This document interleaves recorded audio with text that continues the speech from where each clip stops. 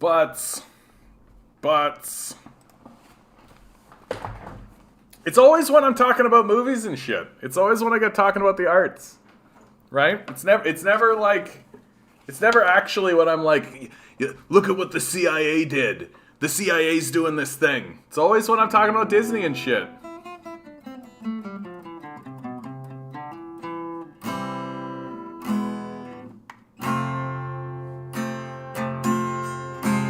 Hey, Mocked, how you doing, bud? You made it. You know what? I'm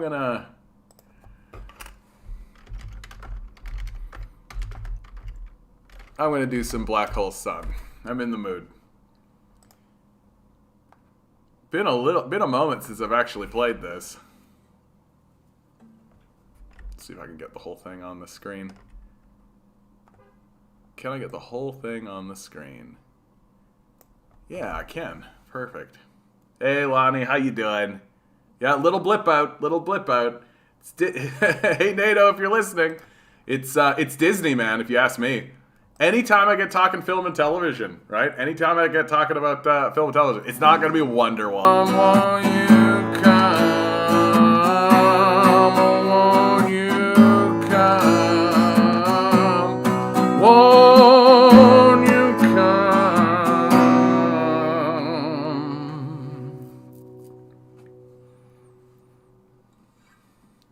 It's the only one from Soundgarden I'm able to like, though. That's too bad. Yeah, you know, like, I went through their anthology fairly recently, and, like, Black Hole Sun is the standout, for sure. Like, they have some other stuff, like,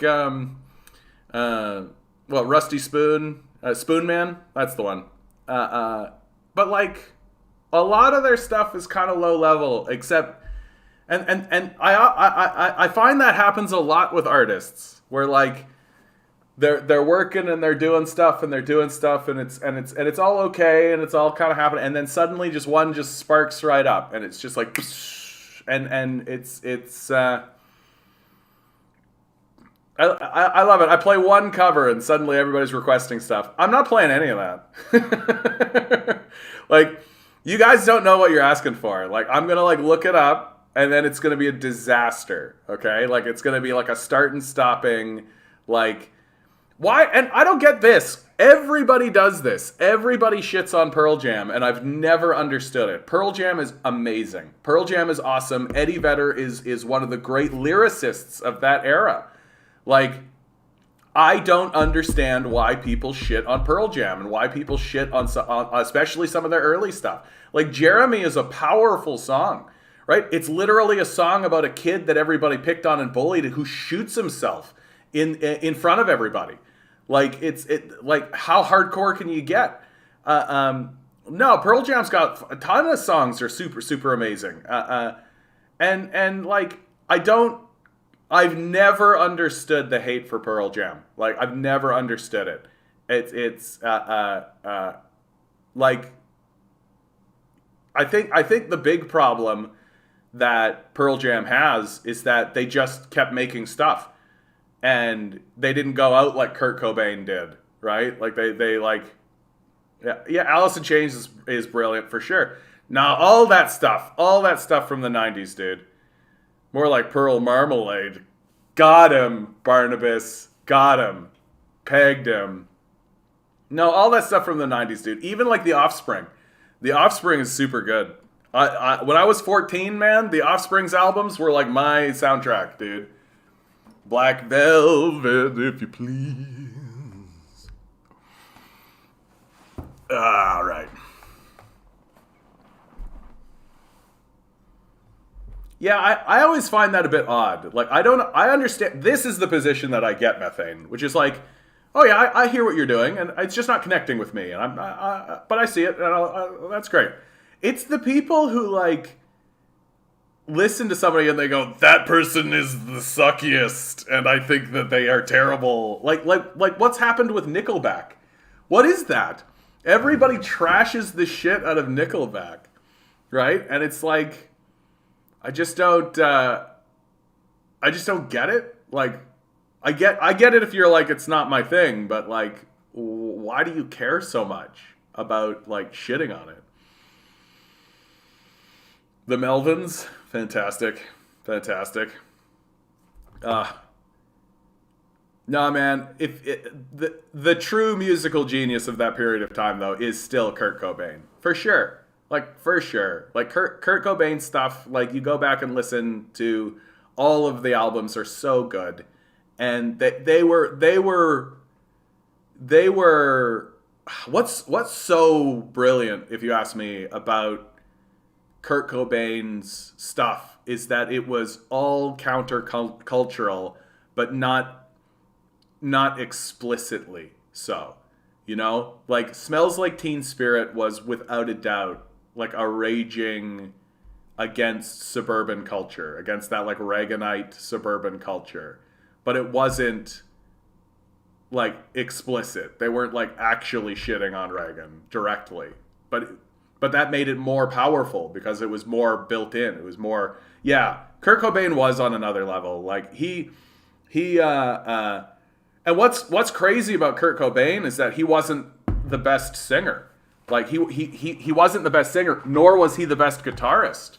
You know, he wasn't really the best at anything. Which so it makes it so odd that Kurt Cobain ends up being this real high level figure coming out of that period of time. And I really think it's just because he had captured an energy that other artists didn't have. That he said, like he suffered from stomach ulcers and things like this, right? Like one of the things that probably led him to his suicide was just he's in constant pain. Just constant pain. And he said several times that, like, I think part of the reason why people are attaching to my music is because I'm taking that pain and putting it into my music. And so much, even though it's not like, he's not that good of a singer, but it's that expression of real raw pain, right? Yes, that is accurate. The best musician in Nirvana was Dave Grohl, for sure. For sure. Speaking of Dave Grohl's in a new fucking movie. I gotta tell people about this, dude. Dave Grohl movie. Yeah, Studio 666. This is, in my view, this is exactly the movie that we need right now. Like, it is. Foo Fighters, you gotta get me a record. It's our 10th album. We gotta break the mold on this one. Let's go somewhere we've never been.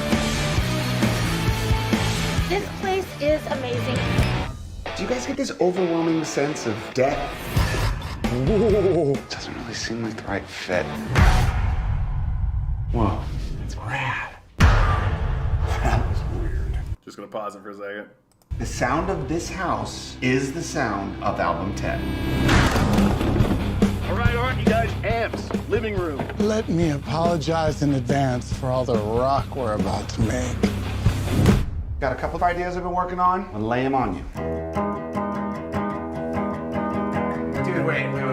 It's called Everlong, and you wrote it about 20 years ago. How you feeling? Everything okay? Ever since we moved into this house, my mind is flooded. We all have writer's block. This is not just a creepy rock and roll house. No, that's, what's her name? Allows Whitney spiritual something. entities to cross into our world. Oh my God! Dude has got one flew over the cuckoo's nest crazy. What's this place, man? Just gonna pause it. Just make sure the channel doesn't get shut down. But like, sweet, right? Like, sweet. Like Dave Grohl and the Foo Fighters, demon possession. Like, Let's finish the track. Can't we just wait, dude? Play the drums. feels like something Jack Black turned down. Found a new musical note. Oh, yes, I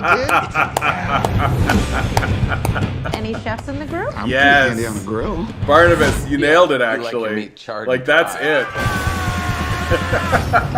He does make a killer barbecue.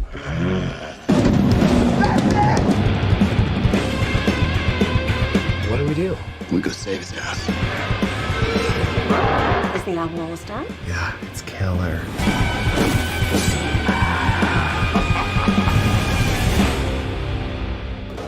Here you go, man. Finish the song. You did.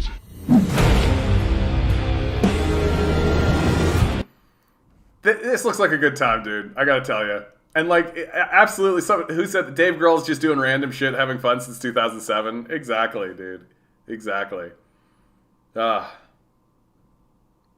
People thought Muse sold their soul for 3 good albums. Yeah, dude. Yeah, dude. All right. I guess we should actually comment on the day's news, right? Honestly, man, I think the thing that I'm still reeling with is this quarantine of Jen Zedong. That's really what I'm spending a lot of my time thinking about and dwelling on. Because, like, this is a community of about 50,000 people, right? And, like, I get very concerned. First of all, this is a hilarious joke. Official, Reddit admins institute new head mod of Jen Zedong. Juan Guaido amid subreddit quarantine. Juan Guaido memes are the funniest memes, dude. They're the best. Just like get completely fucked. But I mean, I can't deny that, like, I'm very concerned about this. Like, I'm very, very concerned about where our culture is going and where the society is going in regards to this censorship, and how scary it is that it seems like it's being rah-rahed in, right? Like, and it's being rah-rahed in by liberals. Like the people who are fighting the most for this kind of censorship regime and this idea of, like, sure, we can quarantine our Russia. Sure, we can quarantine Jen Zedong. Sure, we can remove people and deplatform people and all of this kind of stuff. It seems like it's coming from the left. It's coming from the liberals in the conversation, and it's getting kind of scary, honestly. Like, I've felt like a bubbling underneath. Like, I was worried if this channel was going to monetize. I was worried if any of that was going to happen, if I was going to move through. But I'm still worried. Like, I'm still worried about what it's going to do to our society and what it's going to do to our culture. Like, what is it going to do? Are we just going to be living in a society where if you say anything that's out of line, people are just going to, like, cut you out? Is it going to be like a Star Trek moment where, like, all the Klingons turn their back on you and because you happen to say the truth? Right? Yeah, who said liberals weren't total reactionaries? And they are not and never have been the left. Yeah, that's true. But and this period of time has been extremely revealing about how, like, there really is no leftist movement in Canada and the United States. Nothing serious. Like, there are voices that I would say are leftist, right? And people who are fighting from the left. But there's no real leftist movement going on. That this moment with the Ukrainian-Russian crisis has really shown, in my view, how far back we actually are. That, like, not only is it that labor is disorganized, but there's a spirit within labor that says, why should we bother organizing? Almost, right? Like, that any energy that's going forward is happening in, like, these little pockets, and it's happening through sort of the conventional labor modes where, you know, we're calling a strike here, we're doing that here. But, like, who is actually putting together something serious that could actually raise any kind of a challenge? And then you start realizing that, like, if you start talking about raising a challenge, right? Like, even that is seen as passé almost. That, like, if you can't work within the system itself, a system that is designed to be unworkable, then somehow you're illegitimate. And base humanity is getting shunted to the side. And really, I'm like the thing that's really shocking about this censorship regime that's coming through is it's like the opinions that are being expressed through these platforms are not going to go away just because you censor them. And in fact, I feel if you censor them, they're going to manifest in scarier ways. Right? And when they manifest, they're going to be more difficult to confront, because, like, that's the whole thing. The whole argument of freedom of speech is that You let people talk so that you can confront what they're saying, and things can be said in open and in public in front of everyone, so that you can have the conversation and so that you can see who's saying it and you can see what's being said.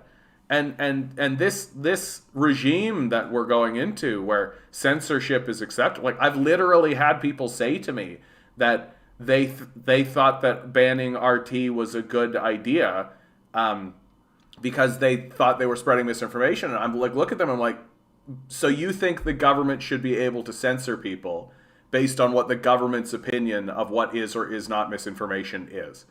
And they say yes. And I'm just like, that is a capitulation of every aspect of what it is to be a citizen of any country. Like, you're literally saying, please, government, tell me what I can and cannot see. It's censorship on the highest possible level. And of course it's going to be abused. Like, of course it's going to be abused. And this touches down on me on a deeply personal level, where, like, this is what I do. This is what I've always done. And this channel is really my first attempt to actually monetize it and actually try to pay my rent with it. But it's annoying that right when I'm trying to do that, there's this enormous push through. Oh yeah, dude, the bread tubers are the worst. I post my stuff on BreadTube all the time, and the comments I get are unbelievable. Like, I literally have someone trying to tell me that America would never think about doing anything to Russia because Russia has nukes. And, like, that's it. For them, it's a hard line, right? Their brain has put a barrier in there that says Russia has nukes, therefore Russia should always be safe. Therefore, if Russia feels unthreatened, that's their problem, right? Like, that's stupid. But how do you communicate how stupid that is to someone like this, right? Like, when you're that stupid, like, Russia has said several times over, like, it says repeatedly that it feels threatened, right? So I guess we just don't listen to them, right? That if you were approaching someone threateningly and they said, hey, I feel threatened, you get to say, yeah, but you've got fists, so it's fine. I got banned off TikTok for a week for making fun of somebody who threatened to kill me. I've been banned off TikTok. Here's my experience with TikTok. Post a video, I get banned for a week. Post a video, I get banned for a week. Post a video, I get banned for a week. So I think that TikTok has flagged me and has said, oh no, this guy's a political advocate. Like, this guy's doing politics. We're not interested, right? TikTok is for showing girls shaking their booty in video game replays. That's what it's for. Like, it's not to spread around information or let people know what's going on. No one hates a leftist more than a slightly different leftist. Yeah. I mean, I'm trying to break that. Like, I am trying to break that. But like if you are subserviating yourself to capital, and subserviating yourself to the government is the same as subserviating yourself to capital, then you can't be a leftist. Like, by definition, right? Like in my view, there aren't actually that many. Like, I don't have a lot of purity tests when it comes to what is or is not a leftist, right? Like, but one of them definitely is, do you want to subserviate yourself and others to capital? And if the answer to that is yes, well, then you can't be a leftist. Like, definitionally, you can't be. And so if you're walking around saying we should let the government censor what we see and hear, you literally cannot be a leftist, like, by definition, because you're subserviating yourself to capital. Odd a Chinese company is banning pro-communist stuff. I have thought about that, Barnabas, and I really do think that it's because it's a Chinese company that is operating in a foreign country. And so I do think that there is some kind of legitimacy to them saying, we don't want to see political content spread around on this platform because we are a Chinese-owned company operating in North America. And the accusation that they are spreading this stuff around on purpose is very easy to make. And so I could see it kind of from that angle. I've thought about that. But, like, at the end of the day, like, TikTok is just for it's for exactly that. It's just for thirst traps and fucking just funny little videos. Like they're trying to make America's funniest home videos, right? But what that tells you though is it tells you that the people who are operating on TikTok that have any kind of political leaning or political messaging are essentially ineffective, right? They're non-threatening. Like I know people on TikTok and their whole shtick is that they talk to anti-vaxxers. That's their whole shtick. And it's like, technically it's political, but it's completely non-threatening. Doesn't matter at all, right? It's not about anything. It's not about poverty. It's not about the collapse of the society. It's not about any of that. Maybe there's a U.S. contractor making this pro-U.S. Yeah, they want to avoid controversy. I think that's what it is, Mocked, more than anything. Like, I don't think that they're sitting there being like, we got to get these communists and socialists off here, ha ha ha. That's the result. But they're definitely also doing that to the right wing as well, right? Like they're definitely also doing that to the right wing as well. So I think they're like they want TikTok to be just funny videos. Like that's really what it is. Yep. Ligandiz, I think, is nailing it here. They're trying to do business in the West, so they're yielding to the local politics. Just like how Western video games adhere to Chinese laws if they want to sell in China. Yeah. I think that's what it is. So that's why I'm not too like butthurt about TikTok. Right? I'm not like I didn't really invest anything in TikTok in the first place. And I always thought of it as just like funny little weird videos, right? Like I'm not. Oh yeah, here's the moderator statement from the quarantine from Jen Zedong. I know I'm focusing a lot of attention on Jen Zedong, guys, but I think we should, right? Like, this is actually a very important space for me personally, right? I get a lot of information from these guys. I can walk into this subreddit and ask a question and get legitimate answers. And I can have, like, genuine conversations with people on this and have disagreeing views. And we both kind of look at each other and be like, okay, well, I disagree and I disagree. Okay, I understand. And it's cordial and it's nice. It's nice, you know, and it just doesn't exist elsewhere. And so when this is under attack, I feel like I'm taking it personally. I feel like I'm really taking it personally because, like, I use these guys for research purposes. Like, this subreddit is intelligent, well spoken, and defends their positions very successfully. And the idea, like, if a place like this cannot exist, we do not live in a free society. That's my position. And so when this is under attack, I feel very, very, very threatened and very, very sure that like I do have lines. Like this isn't as simple as saying like the Alex Jones removal, right? Like, I get the argument, right? Or the Donald Trump removal even. Like, I see the argument, sure. This is a whole other thing. This is like removing communities because you don't believe in their worldview or what they're saying, even though what they're saying is true, right? We should bring back the good old home printed flyers. Yeah, there's that. And I think the problem, David, with that kind of thing is that there's so much shit these days. Like, the home flyers, like when I open up my mailbox, it's just packed with those fucking flyers. And you know what I do with all of them? I throw them in the bin, right? Like they might as well just cut the tree down and just throw it in the garbage. Like it's ridiculous. Anyway, comrades, it's been a long day. First of all, thank you again to everybody in this group who has made this community all that it is. Do not lose hope. The struggle continues. In regards to the quarantining of this subreddit which occurred today, the actions against this sub were a result of the political climate we are in at the moment.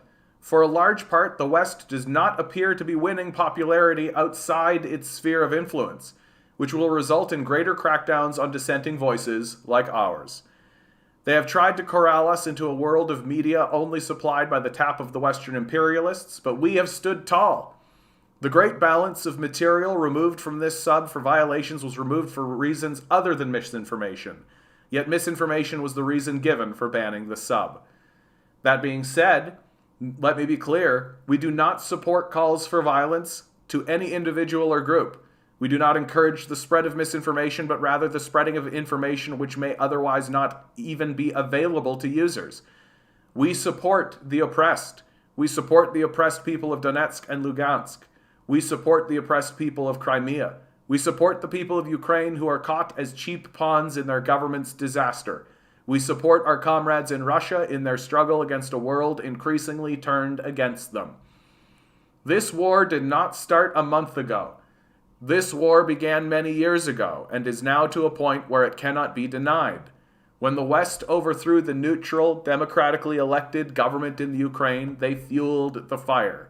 When Crimea chose to join the Russian Federation, the West piled on kindling.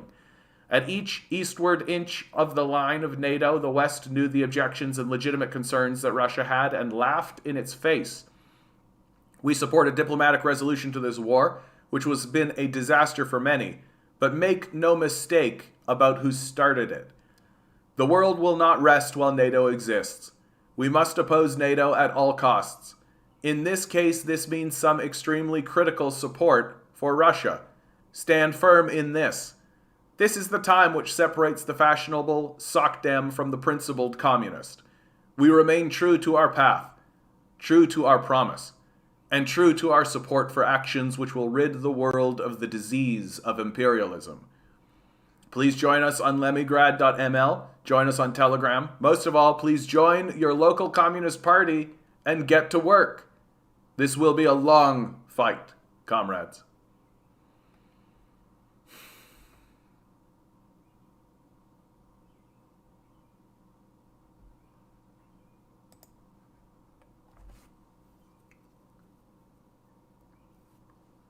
And my view is actually that it's kind of embarrassing for Reddit and embarrassing for the death cult.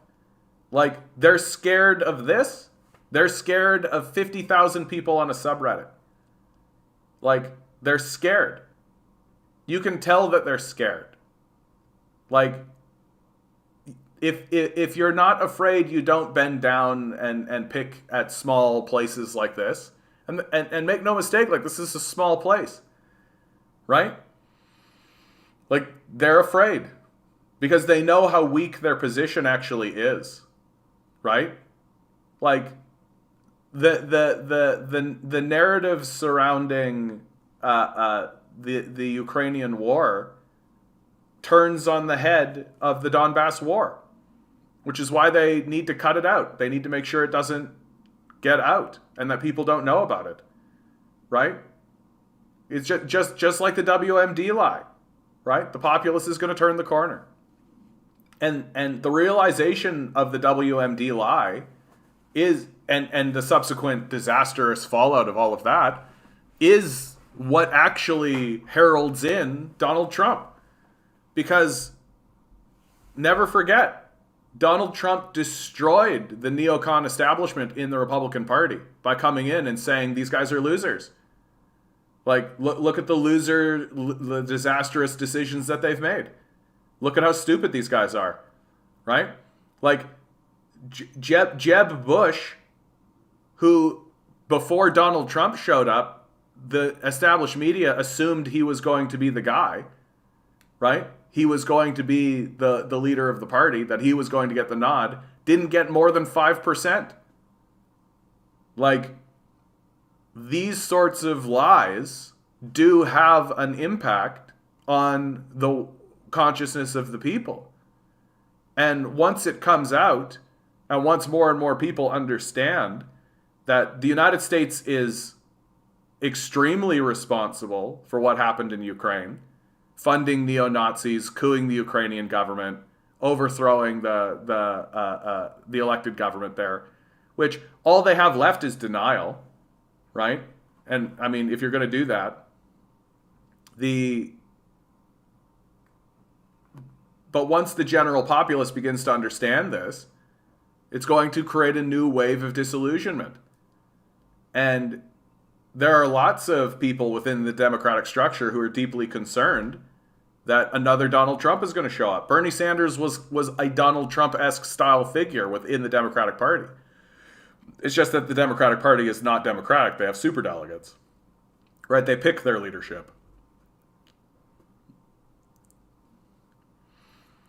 I like this quote: "The West is winning the propaganda war. Russia is winning the war. Only one of those matters." And I mean, but like the West is winning the propaganda war within its own borders, right? Like that's something that I think we need to really realize, is that like the West is not winning the propaganda war on the world stage. That if you live in China, India, throughout the Middle East, Africa, Latin America, certainly Russia, right? Eastern Europe, right?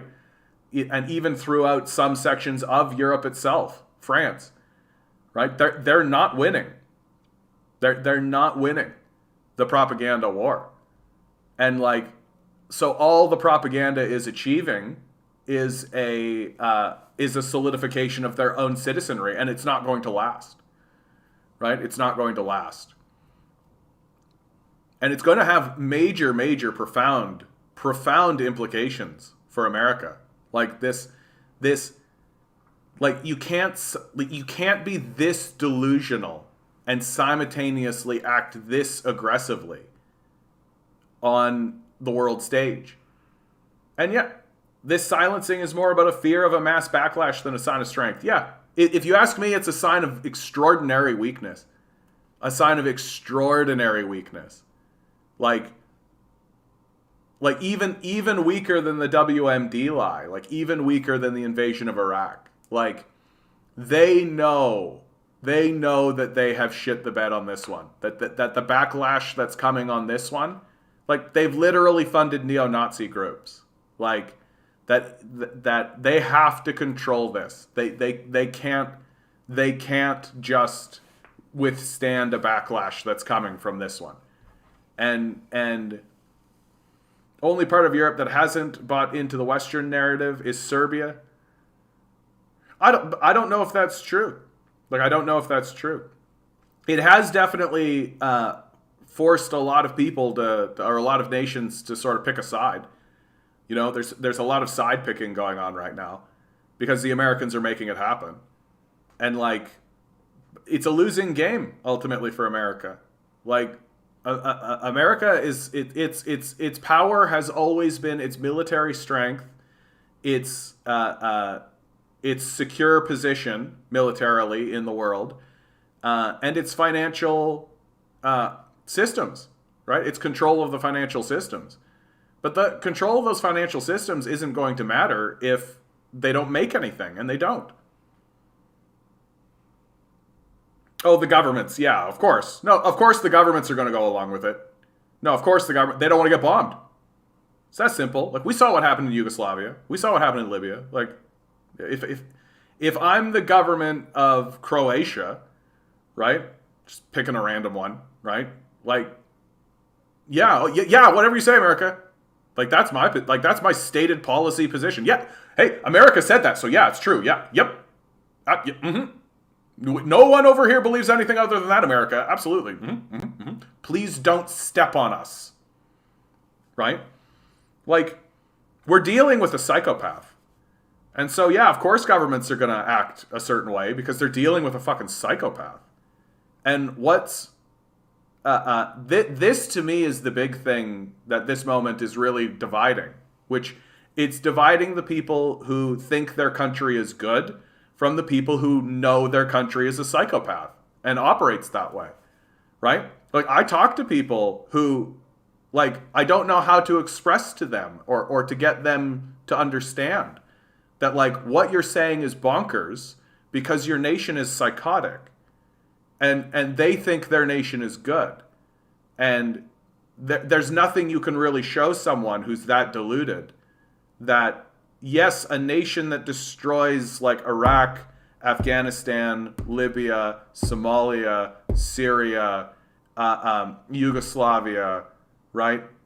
Ukraine, like a nation that, not to mention all the coups throughout Latin America and Africa, right? Not to mention like the mass bombing across East Asia, not to mention the literal nuclear bombing of 2 civilian targets. Like, we're good, right? Like, what are you supposed to say to this? What are you supposed to say? Like, how? And there just comes a point where you just got to put up your hands and be like, I guess I'm talking to a baby. Like, It's time to grow up. Like, your country is psychotic. And to describe it in any other way at this point is to just drink the Kool-Aid and just be like, yeah, we'll all drink the Kool-Aid together and ascend to the great beyond, right? Like, it's a death cult. The ruling class is very worried. The deliberate malign neglect in its response to the pandemic has really made people question things. Yeah, there's that too. Like it became obvious during the pandemic, right? Like, you got to be thick to think otherwise. That like the abandonment is palpable. Like literally, we were told to get back to work. Like, how about get fucked, right? And meanwhile, the billionaire class is making more money than they've ever made. Do you ever get the feeling when talking to these people that you're dealing with a cult member who's essentially brainwashed? Yeah. Well, and I think it comes down. Oh, that's a great idea, DM. Yeah, what a good idea. Good idea, bud. Let's do that. I agree. These China Walk videos are really, really nice. China Walk. Let's take a look. Let's go to Shui, ancient town. Let's just pop forward a little bit. Don't need to see the kitty, although cats are fun. Ah, this is nice. I love these videos, man. But even outside of that, DM, like that I just love going through unique and interesting places that are not where I am, right? Like, this is so nice, isn't it? Don't you think so? Like, look at how cool this is. I can't see any of this where I live. Oh, just internet blipped out, Watson. No. Although it only seems to blip out when I get talking about Disney. So, cat and owl videos are just as good. No, I like these videos better. These are nicer. But Watson, I think you're onto something. That, like, I really do think the largest hurdle for people to overcome is everyone wants to believe that their nation is good. Like, and you can see that amongst the liberal intelligentsia, who, when facing up against the horror of the like Nazi level aggressive war of Iraq, a moral abomination, an act of true evil, their response to it is like, oopsie doo, we meant good, but we're so big and stupid, oopsie doo.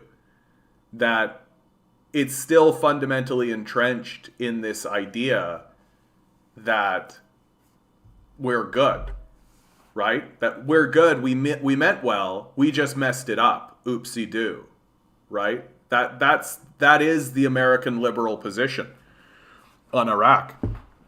Because no one wants to believe what is obviously the case, which is that America has gone full psychotic. Like, they're a bloodthirsty, psychopathic monster. And no one wants to actually accept that that's the case, because it's much more difficult.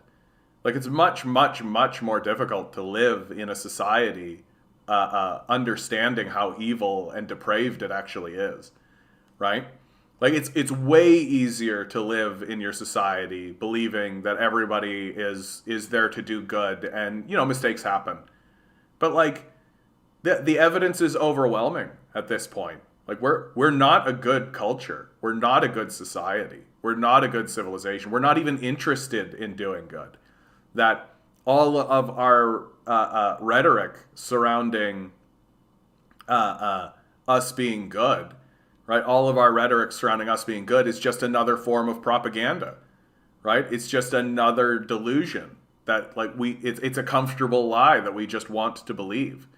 And everybody wants to believe it. And so people are willing to bend over backwards and fall into just the most absurdist arguments and the most childish and take the most childish and stupid positions they possibly can in order to maintain this completely false idea that Western society is somehow a benefit to anyone.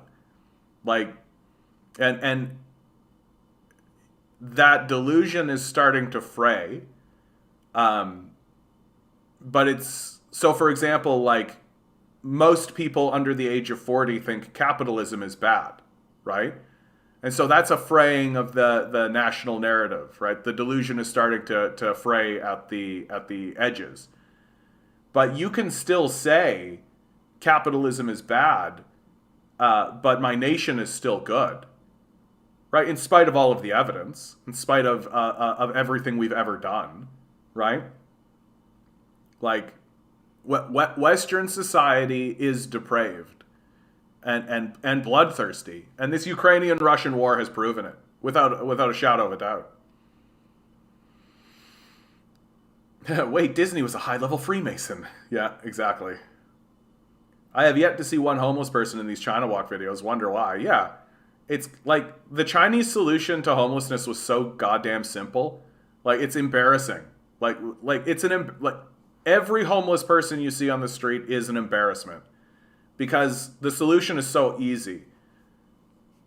Create a wicket at a Service Canada, let people go to the wicket and say, I don't have a house, and give them a house. Take it from the person who has 1,000 houses. Like, it is that easy.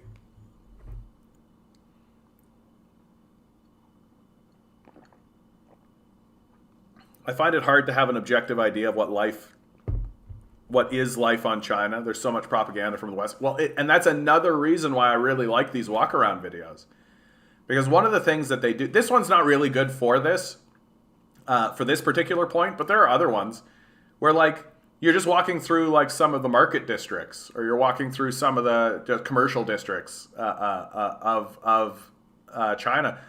And it really just gives you the sense of, like, you know, on the day-to-day, these people are like us, you know? Like, that's the sense that I really get from these China walk-around videos. It's like, on the daily, like, these people are not much different than we are, really. You know? Like, sure, their history is different, and sure, they have a different culture, and their government setup is different, and all of this, but everybody wakes up in the morning and has a piss and a shit. Like, everybody wakes up in the morning and shakes the sleep out of their eyes. Everybody is hungry. Everybody has these base human attributes, which I think often get forgotten in the narrative. And a big reason why I want to do this channel is to constantly remind everybody that, like, hey, these are people. Like, these are just people. They're just they've got cool infrastructure and all that kind of stuff because they've been around for 4,000 years. You know, they've been doing this shit for fucking forever. But, like, when you see these people walking towards you, right? They're not, like, look, they're just a couple, right? Here's a guy looking at his phone, right? They're just fucking people. Normal ass, everyday, regular old people. You know, there's nothing scary. Like, one of the things that I think is so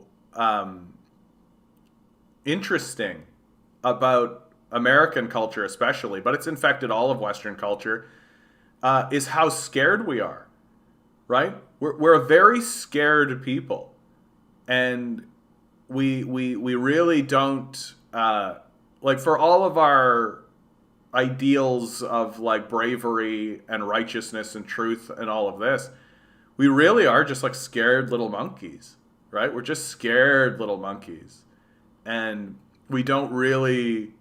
And so we project power because we're actually quite weak and scared. And so that projection of power, it's like the little big man syndrome, right? Like, if you feel as though you are small, then you need to project big. And the American consciousness is so small, like so wee and little. Like, we're very, very pathetic kind of a people. I'm not a Maoist, but has anyone here seen 1994 Chinese film To Live? I have not. I'm really looking forward to some of the Chinese films that are going to start coming out now. It looks like the Chinese filmmaking industry has really started to hit a stride now. And I'll be really interested in really to see what kind of stuff they start to produce. And to get a better idea as to how the Chinese view storytelling, right? That like storytelling is one of the interesting things that humans do. And there are different ways of looking at storytelling. There are similarities, of course, but there are different ways of looking at it as an art form or as a craft. And the Western way of looking at it is effective, which is and I think the person who's articulated it the most clearly in modern American history is actually Dan Harmon, which is the story circle, which is a riff of the hero's journey, right? But not all cultures believe that or think that that's even appropriate. That stories that kind of have a little bow on the end are not necessarily seen as good. Like we were talking about that just yesterday with Death Note. The Death Note doesn't operate that way. It doesn't have a little bow on the end that makes it satisfying. China people are way more polite. Oh, that's nice. The issue about housing is that it needs to be decommodified, and housing investment and rent collection should not be how middle-class people retire. Yeah. Like, the idea that housing is a commodity is itself an aberration, right? Like, it's abhorrent. The idea that there are these necessities, that people need shelter, right? They need these things. These are necessities. If you don't get them, you die, right? Or at least your life is very, very diminished in the quality of it. And we withhold that, right? It's as barbarous as you can get. Like literally saying to people, if you don't pay me, you will be homeless. Like it's completely barbarous. And it just kind of flows in. Like in the last Bernie Sanders run up, there were all these memes going around saying we have to choose between socialism or barbarism, right? Well, we've chosen, and we know what the choice is. So now it's about dealing with it. It's about dealing with the barbarism that we're actively pursuing at this point. Like in these countries, we don't, in the West, we don't care. We don't care about socialism. That's off the table, right? All of these articles that get written about these sort of socialist ideas and all this kind of stuff, that's just placation. That's all that is. It's just a way to keep liberals asleep. It's just a way to keep pretending as though we do care about these things, but we don't. Very explicitly, we don't. What we care about is our bloodthirsty barbarism. And so now it's up to us to deal with that. Westerners are so scared of everything. I wonder where it all comes from. Ultra individualism. I mean, I think that is part of it, actually, David. That, like, you're supposed to be an individual, right? Well, one of the implications of individualism is that your neighbor doesn't have your back, right? That if everything is ultra individualistic and you need to look out for yourself, well, that means that you constantly need to be mistrustful of everybody around you, because the ethos says that everybody around you is always trying to find their own edge. And they're always trying to find a one-up on you, and they're always trying to get one over on you, right? So, like, I think this instills inside of the consciousness of the Westerner a sense of paranoia, a sense of suspicion, right? That you're constantly, like, side-eyeing your neighbors and side-eyeing the people who are around you, and you can never really trust anyone. Because the ethos you live under tells you that you shouldn't, and the structure of the capitalist system is such that if you can make any gains by betraying someone, you should do it. Take a look at like the Mark Zuckerberg story, right? Mark Zuckerberg is where he is because he betrayed everyone around him, right? They even made a fucking movie about it. Like, I don't know how you could be anything other than terrified and scared all the time. And if that's the way you're thinking about your neighbors, if that's the way you're thinking about the people who are closest to you, right? Imagine how you think about people who are on the other side of the planet, right? That like, well, if my neighbor is trying to screw me over and is willing to betray me for gains at any moment, then certainly these people I don't know who don't look like me on the other side of the planet must think the same way. And so all you have is suspicion. All you are is terrified, right?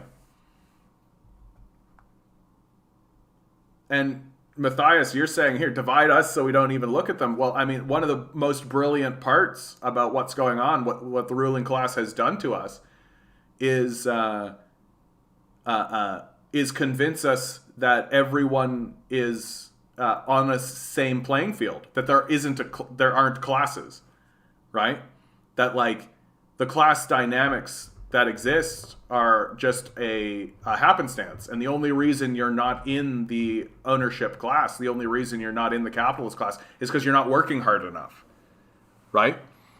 And they wouldn't, of course, call it class; they just call it wealth, right? The reason why you're not rich is because you're not working hard enough.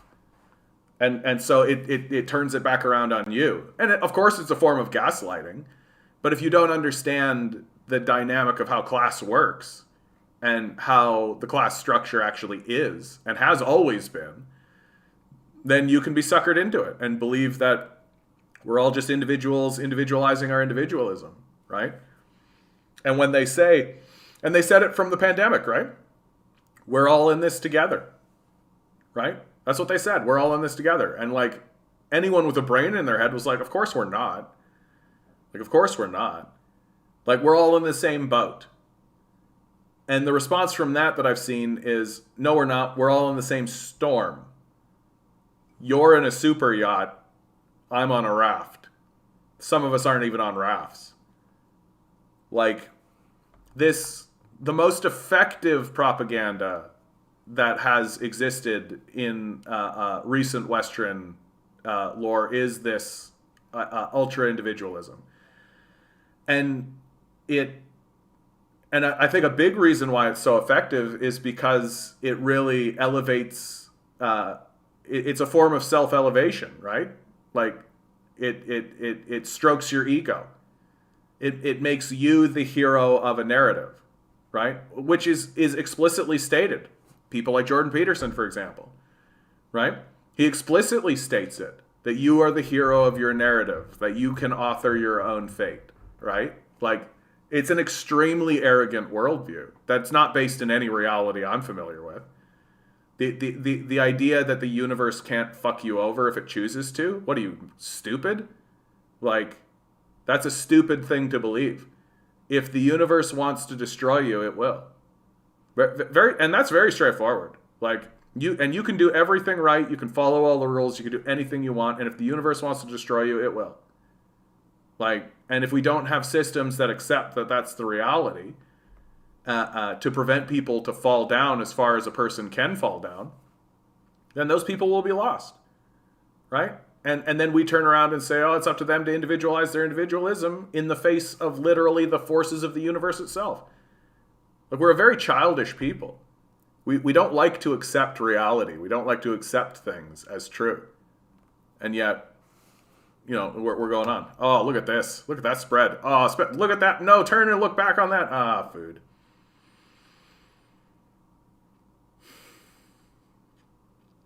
They sure won't be making Marvel-style superhero movies, I can tell you that much. I don't know, though. I don't know. They might. They might. Like, it'd be interesting to see. Right now, they seem very historical drama. You know? Like, it seems like Chinese film is like where American film was in like the early 90s. Historical drama, like historical events, things like that. But we'll see. I think the superhero movie is very appealing. I think people really like superhero movies. Just strictly from just like an escapism sort of thing, but also superheroes are like the perfect way to articulate underlying ethos, right? Like superheroes are a brilliant way to be like, oh, everybody thinks this way, everybody believes in this, so let's create a superhero that espouses those values, and then that superhero goes around and fights against forces that espouse values that counteract that, right? It's simplistic but effective, right? So I wouldn't be too surprised to see China go down this route. Like, why shouldn't they? But we'll see. Like, we'll see. Part of the difference, I think, between Western society and Chinese society on this particular point is that China has 4,000 years of history to draw from, right? And it's also shown, I've seen several times, they're completely fine with mythologizing these guys, right? They're completely fine with being like, yeah, here's like Louis Hung in the 10th century, like, and he's got like a pole arm that's like 2,000 feet long, and he swoops it around. He can like cut the sun in half and shit like that. You know, like they're completely fine with mythologizing these guys. And so in many ways, it's like if they were to go the superhero route, they wouldn't create some garish idiot in like a blue, red, and white, you know, Captain America with stupid wings on the side of his head or whatever, right? Or like a fucking Batman with the dumb, stupid ears or whatever, right? Like, their superheroes aren't going to be garish morons, right? Like, they're going to be a historical figure who existed in a period of time in their own history that's going to be elevated into a mythology, right? Like, but it's going to look the same in many ways. It's going to be thematically similar, right? So I wouldn't be surprised if that's what happened with a lot of these kinds of Chinese films, that as they start to bring forward more special effects and all this, they get more invested in their own history and mythologizing their own history. The Indian film, by the way, is some of my favorite film right now. Because first of all, they've got Bollywood. So there's all like the song and dance and like the belly dancing and all that, which is amazing. But then their special effects, they're like in 1953 or like 1960 with their special effects, but they're like committing. I don't know if you've seen any of these, but they're so fucking cheesy and so fucking amazing. And just like the amount that they commit to it, I'm just like, yeah, I'm down, dude. I'm down. Absolutely. That guy just ramped over a helicopter, and while he was above the helicopter, unscrewed a nut from the blades of the helicopter, and then landed on the other side, and the blades all flew off the helicopter, and the helicopter crashed. Abso-fucking-lutely that happened, right? Like, they don't care about realism at all in India, and I'm like, I'm in for it, dude. I'm in for it. Like, I feel like what's so annoying about our storytelling and our superheroes is that, like, they still need to be somehow realistic, right? Like, so the superhero needs to be, like, believable in a way, right? Whereas India is just like, no, like, I'm gonna throw a knife, right? And that knife is gonna go halfway across the globe while I'm jumping up here, and then I'm gonna land on the knife, and that's gonna flip the knife over, and then I'm gonna catch it in my teeth and pose, and that's the whole thing. And I'm just like, let's go, man. That's so fucking stupid, but I love it. If you want to see this Western fear you talk about, look at the people like Serpenza and Lawai86 and their fan base. Yeah, notorious xenophobes who claim to be allies with the Chinese people. Yeah, like I see a lot of that kind of stuff. And it really boils down to just like white what is that called? Like, where white people believe that they can be the heroes on behalf of minority groups or non-white people, right? Like white knighting, right? Like that's what these guys essentially are. That as long as you Chinese people sit down, right? As long as you minority groups sit down and let us whites solve the problem, then everything will be fine, right? We don't actually need to interact with you or listen to what you say or follow your guidance or treat you like equals or peers at all. And in fact, anytime you do that, we're like, oh, that's very charming, haha, now sit down and be quiet while us whites figure it out, right, on your behalf, which we're trying to do. Isn't that wonderful? Shouldn't you love us for how hard we're working to try to make the world better for you while you sit on the sidelines, which is what we want, right? That's their entire ethos. That they don't view Chinese people or African people or Indian people or check this out. Fucking that's sweet as shit.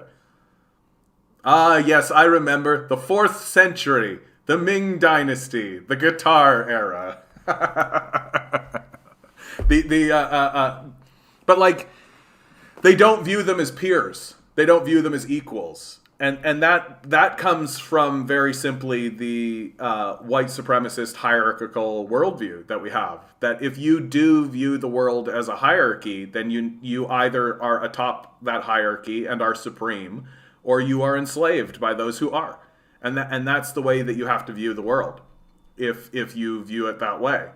And so it creates these white knights who purport to be allies, but really what they are saying is, we want to be benevolent supremacists. That's really their perspective.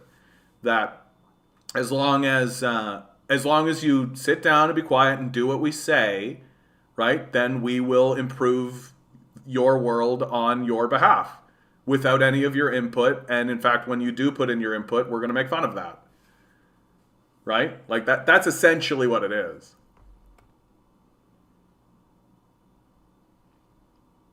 Hate it when it jumps down like that.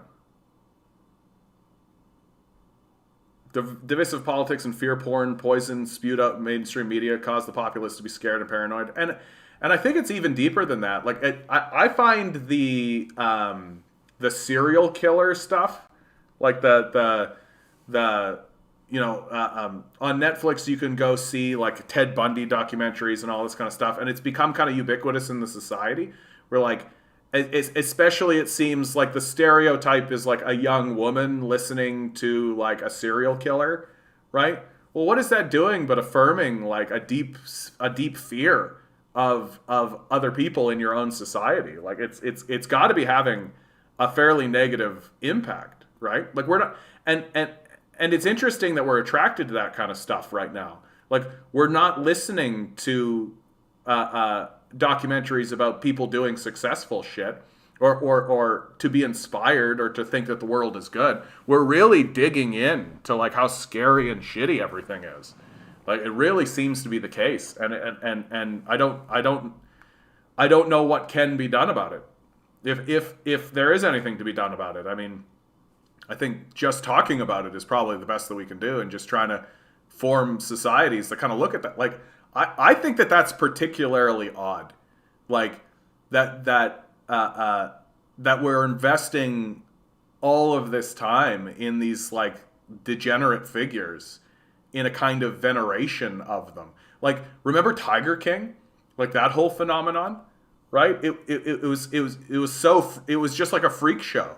We were just so invested in this like freak show culture that comes about because of capitalism, where you've got these people who become so wealthy and they start to pursue their dreams, and it's unchecked, unfettered capitalism, and their dreams are literally, I want tigers around me and shit. And because they have to make it profitable, like they can't just exist with these tigers in their own ecosystem or wherever, right? Because it needs to be a profitable endeavor, right? It creates this like absolutely grotesque freak show, and because of the nature of capitalism, there's competitors, and people have to fight against each other. Look at this building. That's a beautiful building. Oh, that's something. That's so colorful. Oh, I love it. The and it just it's and I watched like a couple episodes of it, and I was like, it's weird that people are into this. Like, it's weird that people aren't watching this. Like, people are watching this being like, instead of watching it being like, what the fuck, guys? Like, what the fuck? If this is possible, like, if our society if our society can create this, if this is a result of our society, then our society is a failure.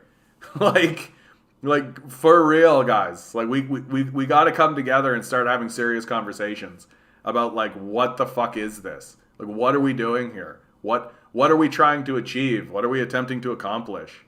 Because, like, and my worldview is very simply that we should probably stop doing most things. Like, really. Like, we really do need a period of time where we literally just stop doing most things. And that most things cease being done simply because chances are good that our society can only do negative things. It seems to be the structure of how things are now.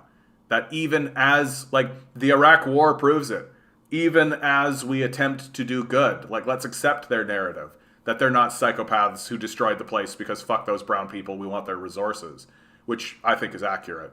But instead, we're good people and we're actually trying to do good. Well, let's accept that premise. Well, if that's the case, then clearly we can't do it. Like, clearly we can't do it. So the only solution that we actually have at our fingertips is to stop, right? Which is what I've been espousing this whole time. We need to stop doing most things. Quit your job. Stop producing for these psychopaths. I understand that none of this is realistic, right? I understand that. So like, we all got bills to pay and all that kind of stuff. I understand that. But like, this manic ethos that says if you don't grind culture, like if you don't grind into this like capitalist idea of ascension through material gain at the actual sacrifice of everybody that's around you, then you're a diminished person. I think that's abhorrent. Like, that might as well be the ideology of the devil himself. Like, just like grind away at the sacrifice of all things. Sacrificing everything in front of you, including the stability of life itself. Like, how about no? So we should probably stop. Like, we should probably stop. Individualism is just a confirmation of the social atomization the system creates. This leads to the nihilism that makes people retreat into magical religious thinking or into empty nationalism. Yeah, I think that's right. Like, we are all supposed to accept that we are all supposed to compete against one another. That's the capitalist ethos. That you are not my peer, you are a competitor, right? That we're not working together to achieve something, but we are working against each other to achieve our own initiatives. And then we wonder why we're falling behind. Like, just straight up crabs in a bucket. Straight up. They focus people on culture wars instead of something more meaningful like a class war. Yeah, exactly. Well, and as they should, and that's not new, right? Like, that's the thing that's so funny about this, is that, like, that's how the ruling class has always operated. Always, throughout all history and time. To the degree where I begin to say, like, it's expected, right? Like, it's like the Hunter Biden laptop story. It's like, yeah, you know? Like, of course they focus people on culture wars instead of class wars because they're of the upper class and they don't want to have a war, right? And if you were in the ruling class, you would think to yourself, yeah, of course I'm doing that because this way we maintain the peace between the classes, right? And you can take a look at, like, the Indian caste system. Like, the Indian caste system has been in place for fucking millennia, right? And there's been no, like, meaningful shift or change in the way that operates, right? Like, we could spend our lives in this position for millennia.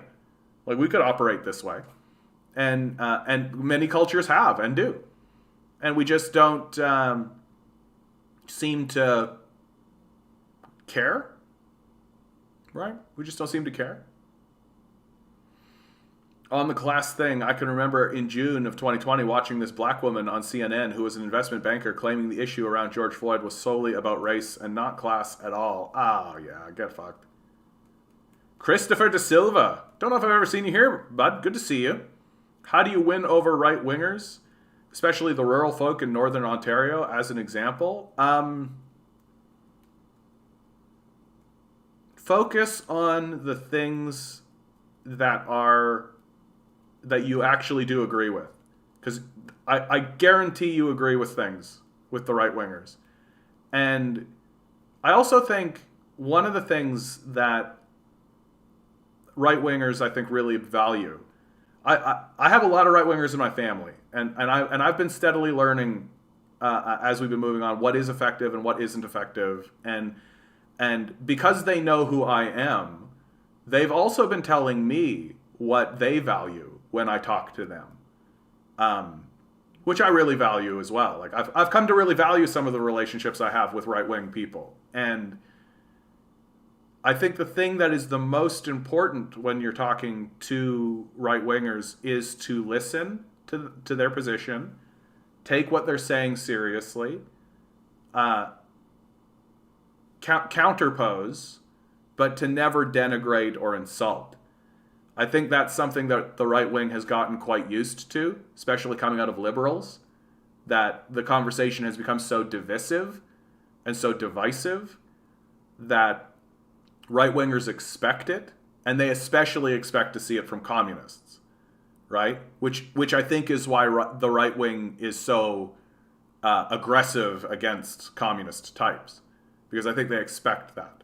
And so if you find yourself in a conversation with a right-winger, the best thing to do is to take them seriously.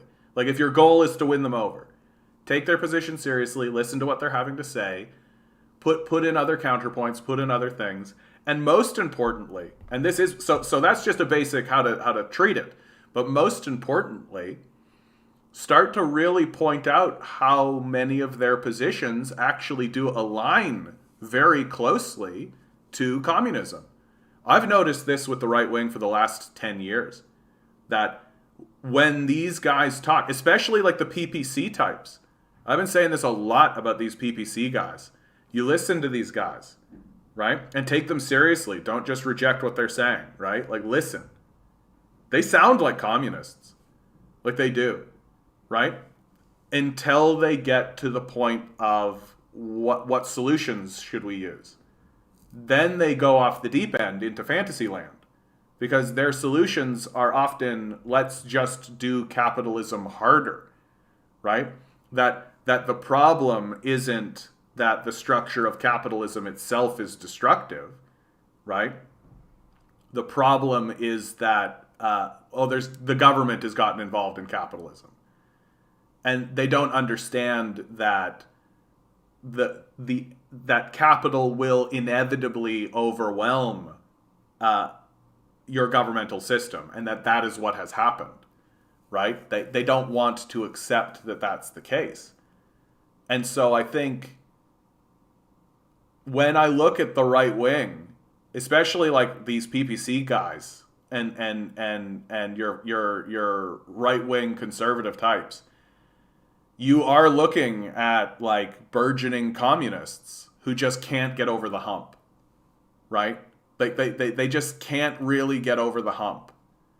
And I have been pointing that out more and more to these right wing guys, and I've been saying to them, you know, like you seem very confident in this position, like you seem very like satisfied with this, but give the Communist Manifesto a listen. Like while you're doing your dishes one day or while you're doing this, like it's on YouTube. Just give it a listen, right? See what you think, right? Just see what you think. Like I'm not trying to convince you. I'm not trying to sway you. I'm not trying to say that you should like. And if you're so confident that this is wrong, then listening to it's only gonna strengthen your position, don't you think? Right? It's only gonna strengthen your position, don't you think?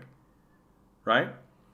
And like a lot of it really does come. It's very easy for leftists to get very dismissive of the right, and I've seen how damaging that is. It doesn't work. It just doesn't work. That a lot of right-wingers are actually ahead of liberals politically, because at least the right-wingers are saying something's gone wrong, right? It's the liberal types that are walking around being like, oh yeah, okay, things are tough, but like we incremental reformism will do it, right? It's the right wing that's saying, no, something has gone wrong. That there are problems in this society, and we need to face them and do something serious. And then you're like, oh, okay, cool, like what? We gotta let corporations rule us harder, you know? Like, and I think that stems from just a lack of actual analysis of what capitalism actually is and how it actually functions. And so, and that gets really reinforced by this individualistic mode and denial of systems, right? Like it's because fundamentally the question that you are trying to, or the point that you're trying to get across to right-wingers is there are systems, right? That to me is the scariest part about the PPC, right? Is that they deny the existence of systems. Like, yes, the racism is there. Yes, all of that is there. Absolutely. Absolutely. But their denial of systems is going to be disastrous, right?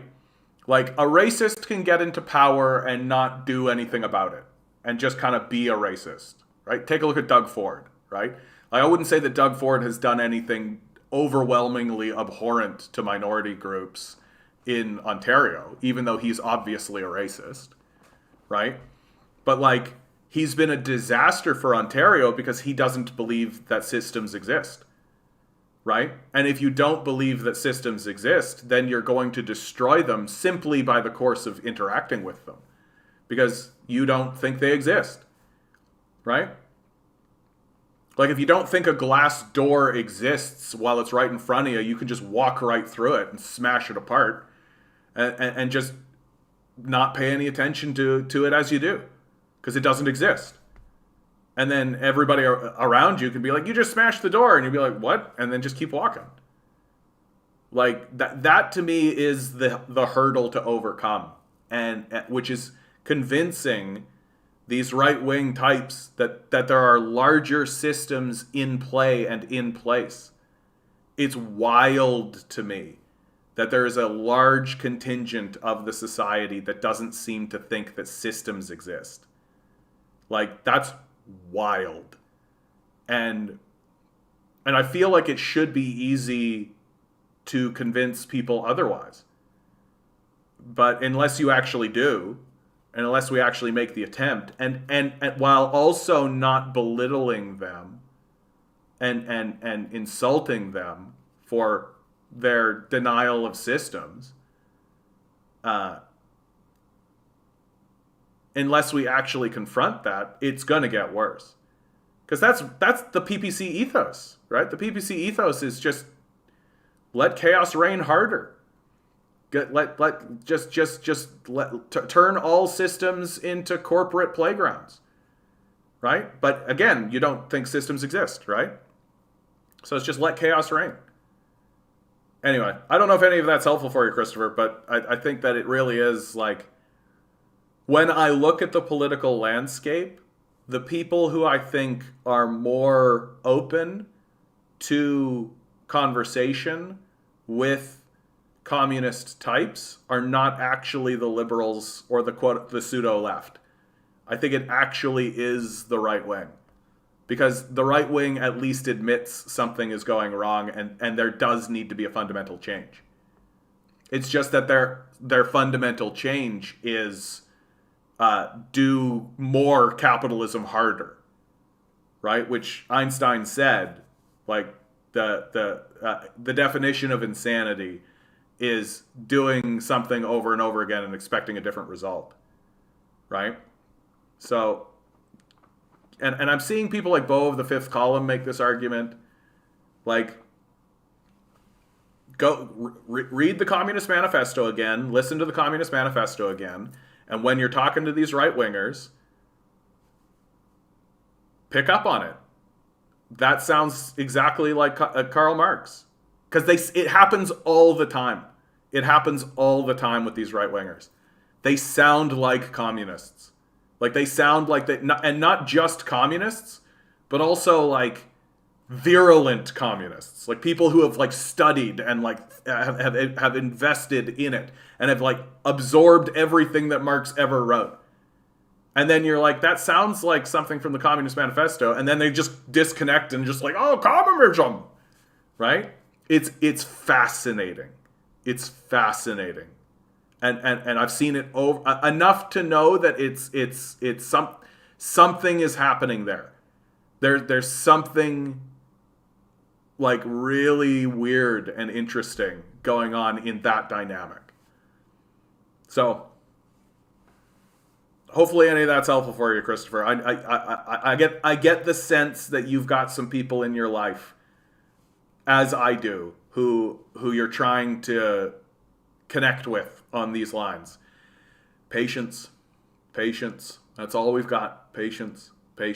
And accepting that it's not going to be one conversation and there's going to be a light bulb and suddenly they're going to be a big communist, right? Like it's that we are, it's a marathon, not a sprint. That really what we're doing is trying to set it up so that we can pass the baton on to the next generation successfully. That is the goal, right? And you've got to be thinking about it that way. That it's not like we're going to resolve this tomorrow. I'm going to have one conversation with my dad or my uncle, and then suddenly he's going to like have this big light bulb moment. It's going to be a big thing. No, it's about making sure that your nephew understands, right? It's about making sure that the next generation of kids you can pass that baton over to them, and then they'll take it and then pass it on to the next generation. That's what we're doing here. That's really what we're doing here. So, patience. God, the one thing I hate about the pandemic is how the way the elites treated it. For a way in a small capitals to argue the world was safe enough to go back. Yeah, fuck these guys, right? Like, fuck these guys. It's just like, when they were concerned about themselves, they were literally willing to pass basic incomes and enormous support systems. But as soon as they felt safe, they dismantled all of that and told us to get back to work. That's exactly what happened, right? That's exactly what happened. I rented the Chinese movie Wolf Warrior. Kick ass. I'm not sure how true this is, but I read China has certain media guidelines in order to encourage more social attitudes and discourage superstitious thinking. Yeah, that is actually true. Like, China's media guidelines are much stricter. And they really are. And because the Chinese Communist Party understands... Yeah, Wukong is so fucking cool. But the Chinese Communist Party understands that it's also a culture war, right? And they see... I've been reading a little bit more about how China views Hong Kong, right? That we here in the West are like, oh, it's a fight for freedom, and they've got this, that, and the other thing, and there are people in the streets protesting, and we got to support those people and all this. And the people of China and the Chinese Communist Party are looking at the people of Hong Kong being like, you guys are coming down from a trauma that you have been ruled by Western capitalists for 100 years.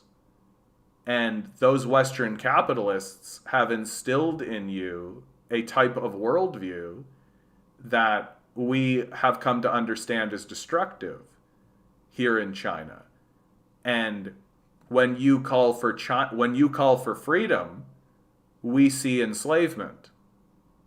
And the Chinese Communist Party sees the struggle that's going on in Hong Kong as a cultural issue and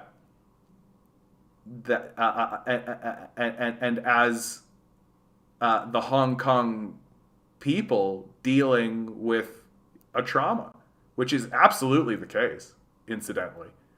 Like, what we talk about, like reserve systems here, we talk about for the First Nations people. Well, Hong Kong was literally captured by the British and through treaty was held by the British Crown until it was transferred back over to Chinese control by treaty, right? The Chinese didn't take it back over through military force or something. The treaty lapsed and the British didn't have the capacity to negotiate. They didn't have any leverage to negotiate it back.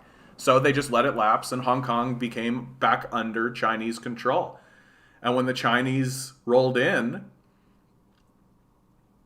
you know, you're dealing with a culture that has experienced a trauma and has been abused That's how they look at it. And if you're looking at someone who's experiencing high levels of trauma and abuse and starts to act in ways that are self-destructive, well, you've got to do things about it, right? Like that. And I'm not saying that everything that China has done there is good. I'm not trying to say that everything they're doing there is appropriate even. But I am trying to say that their view of it isn't simply just like cynically political. They believe that they are looking at people who have experienced a trauma, and that those people are not yet to a place where they are accepting that that is a trauma.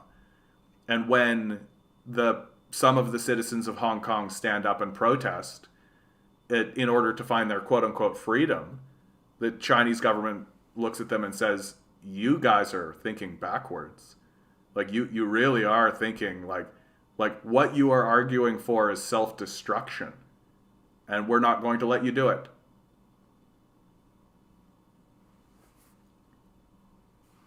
And so they've also put that into their media, and they've also put that into their the way they communicate about a lot of things. And for good or bad, like I'm not sure where that goes, right? I've often thought about, like, could China kind of take a more, could they become something like a theocracy?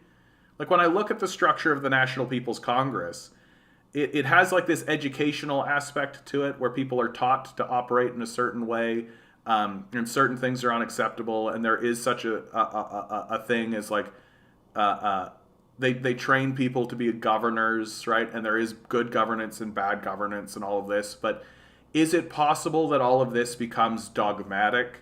Is it possible that rigidity begins to set into the system, and that instead of the structure responding to what is going on in the world, the culture begins to fade into its own dogma and begins to react only to itself, the way that, like, for example, the Catholic Church has done, right?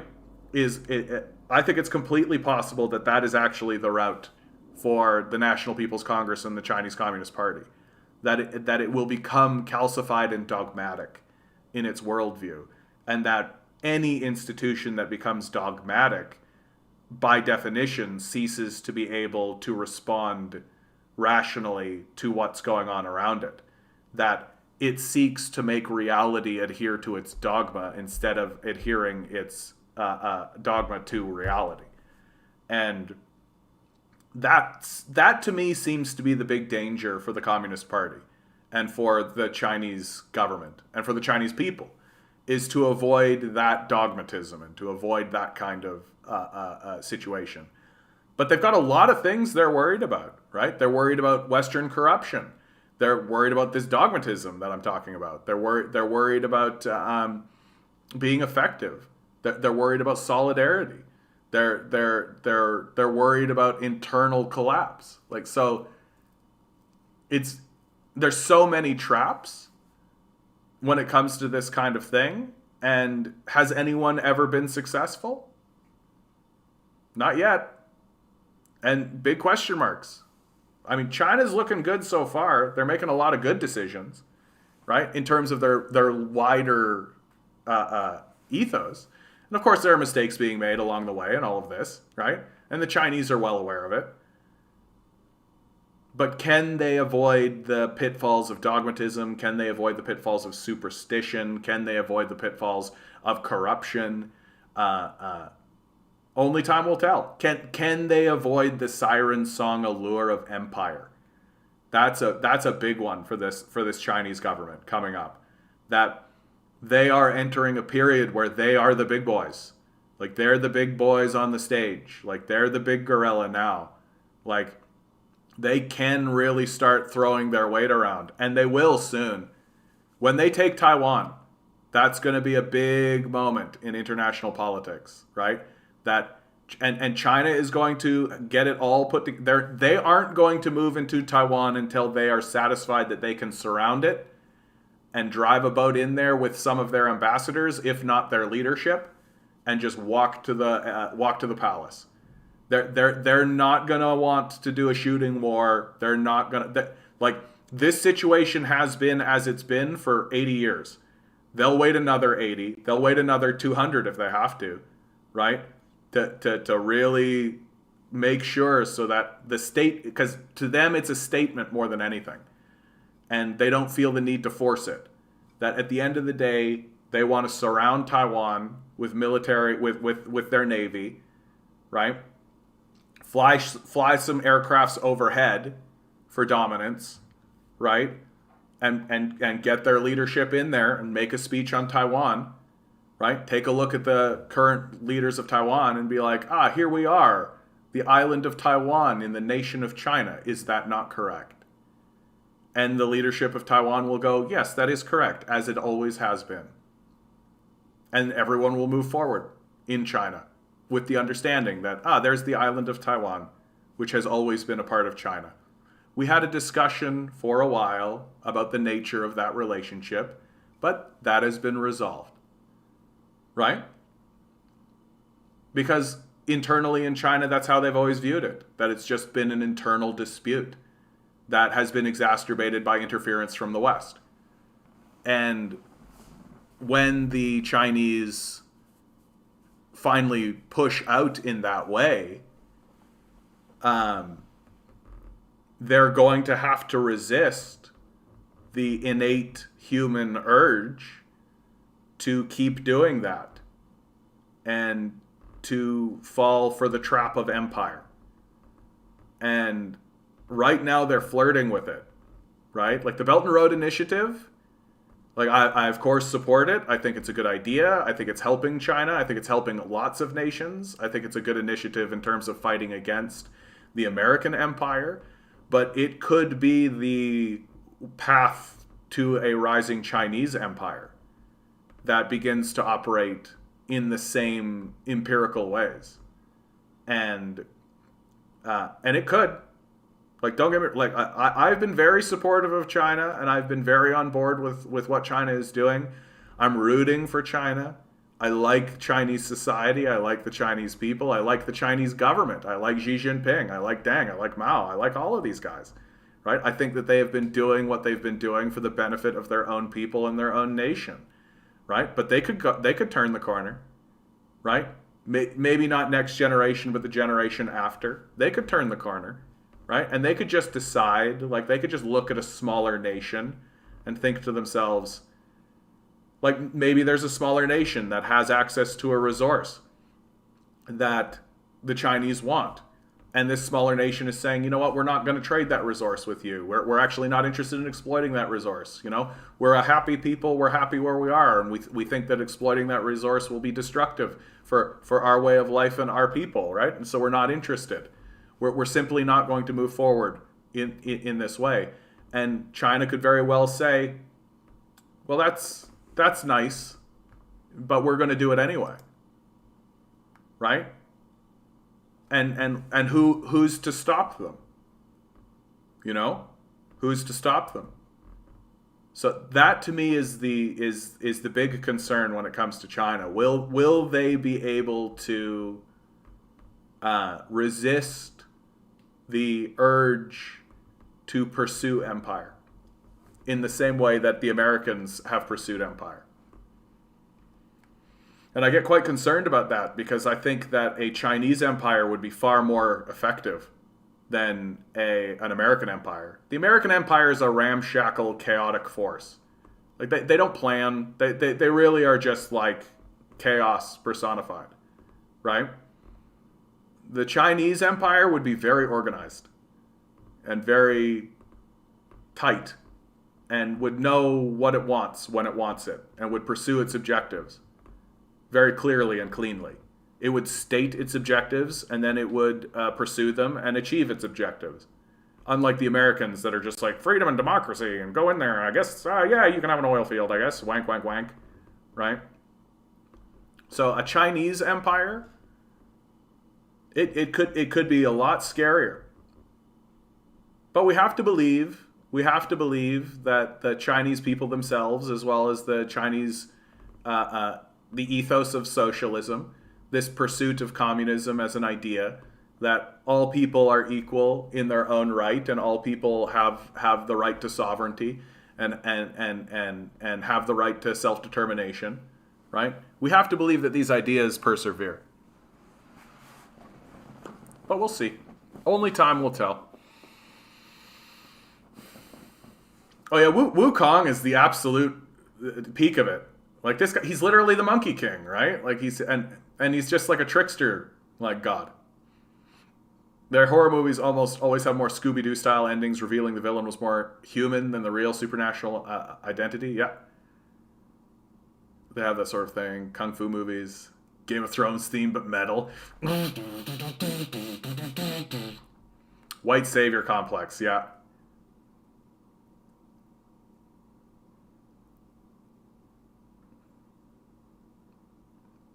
I know a lot of people who draw the exact same conclusion from Tiger King. They're happy the system produces these sort of spectacles for them to gawk at. Yeah. Like, because to them, they're not real people. Right?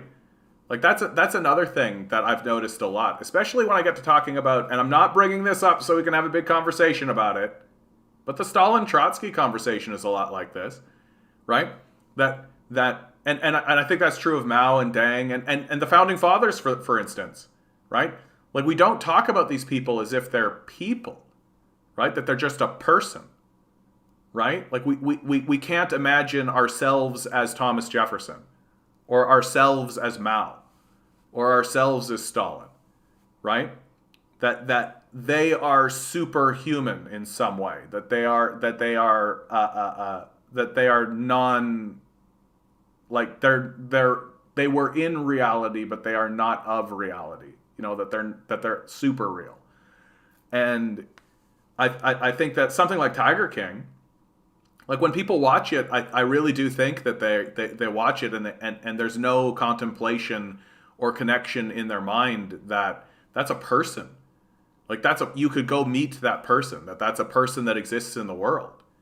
Right? That as far as these guys are concerned, Tiger King is just like another comedian, right? Like a Will Ferrell kind of comedian, just a character, right? Because we have become so detached from our reality in many ways that we don't really know what reality is anymore. And so, what is the difference between Will Ferrell being like, I don't know, Bobby King or whatever the race car driver's name was, or Anchorman, right?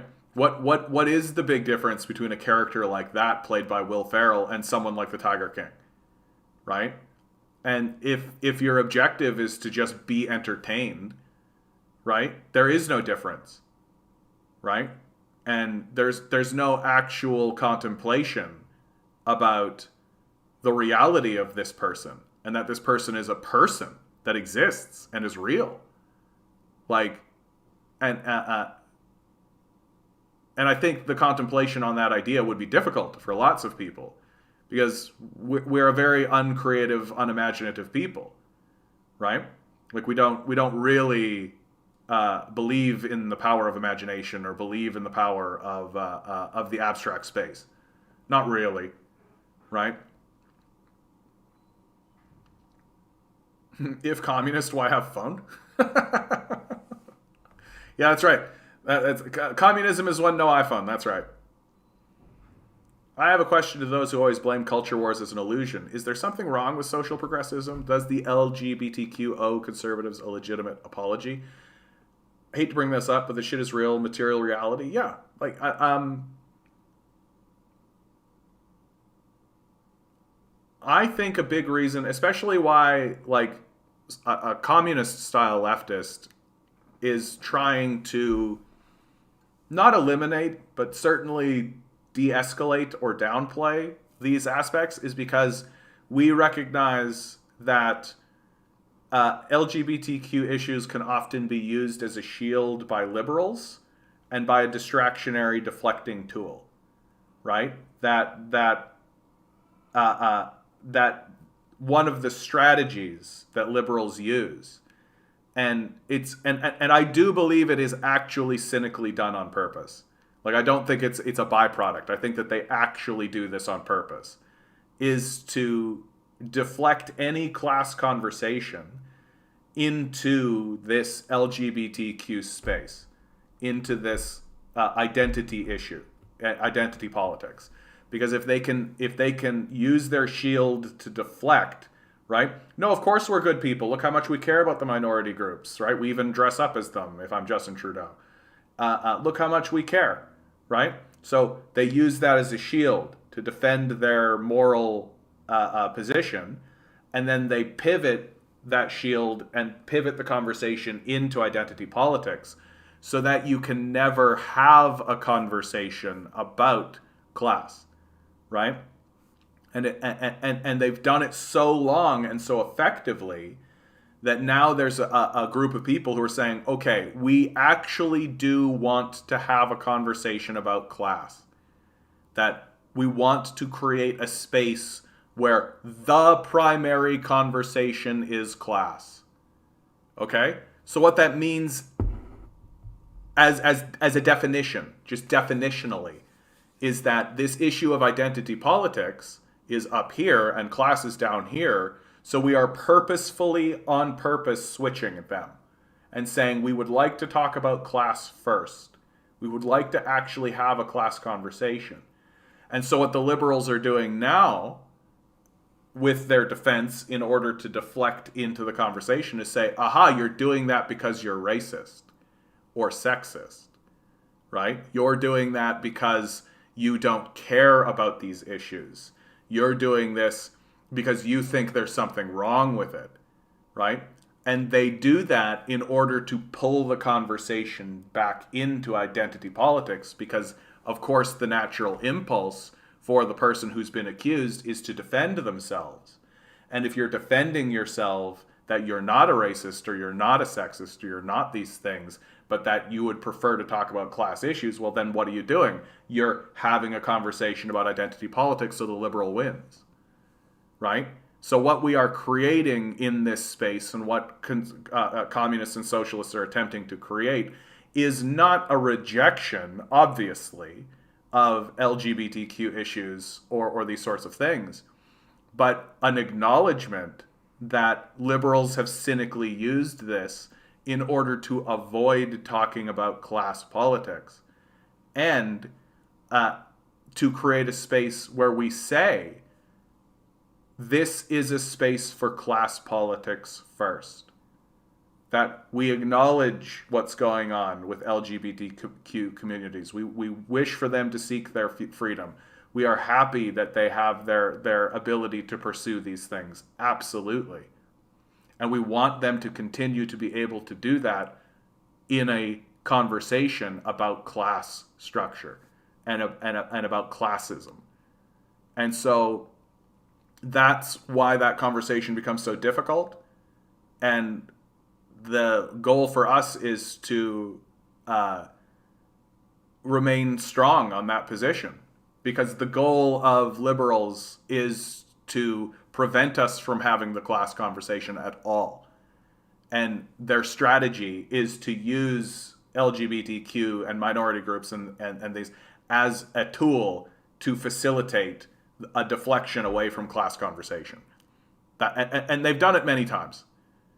And so we have to remain strong and supportive of LGBTQ rights and minority rights and all of this, but understanding that this space and this conversation is about class first.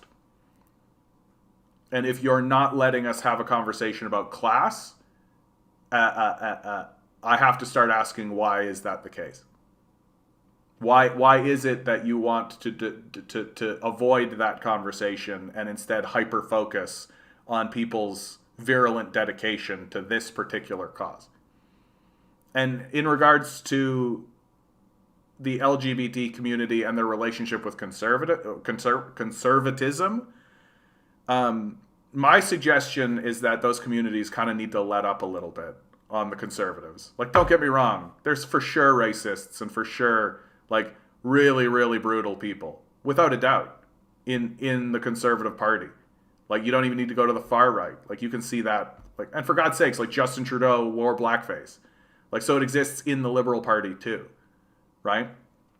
But my suggestion, just as a strategy more than anything, is to ease up a little bit.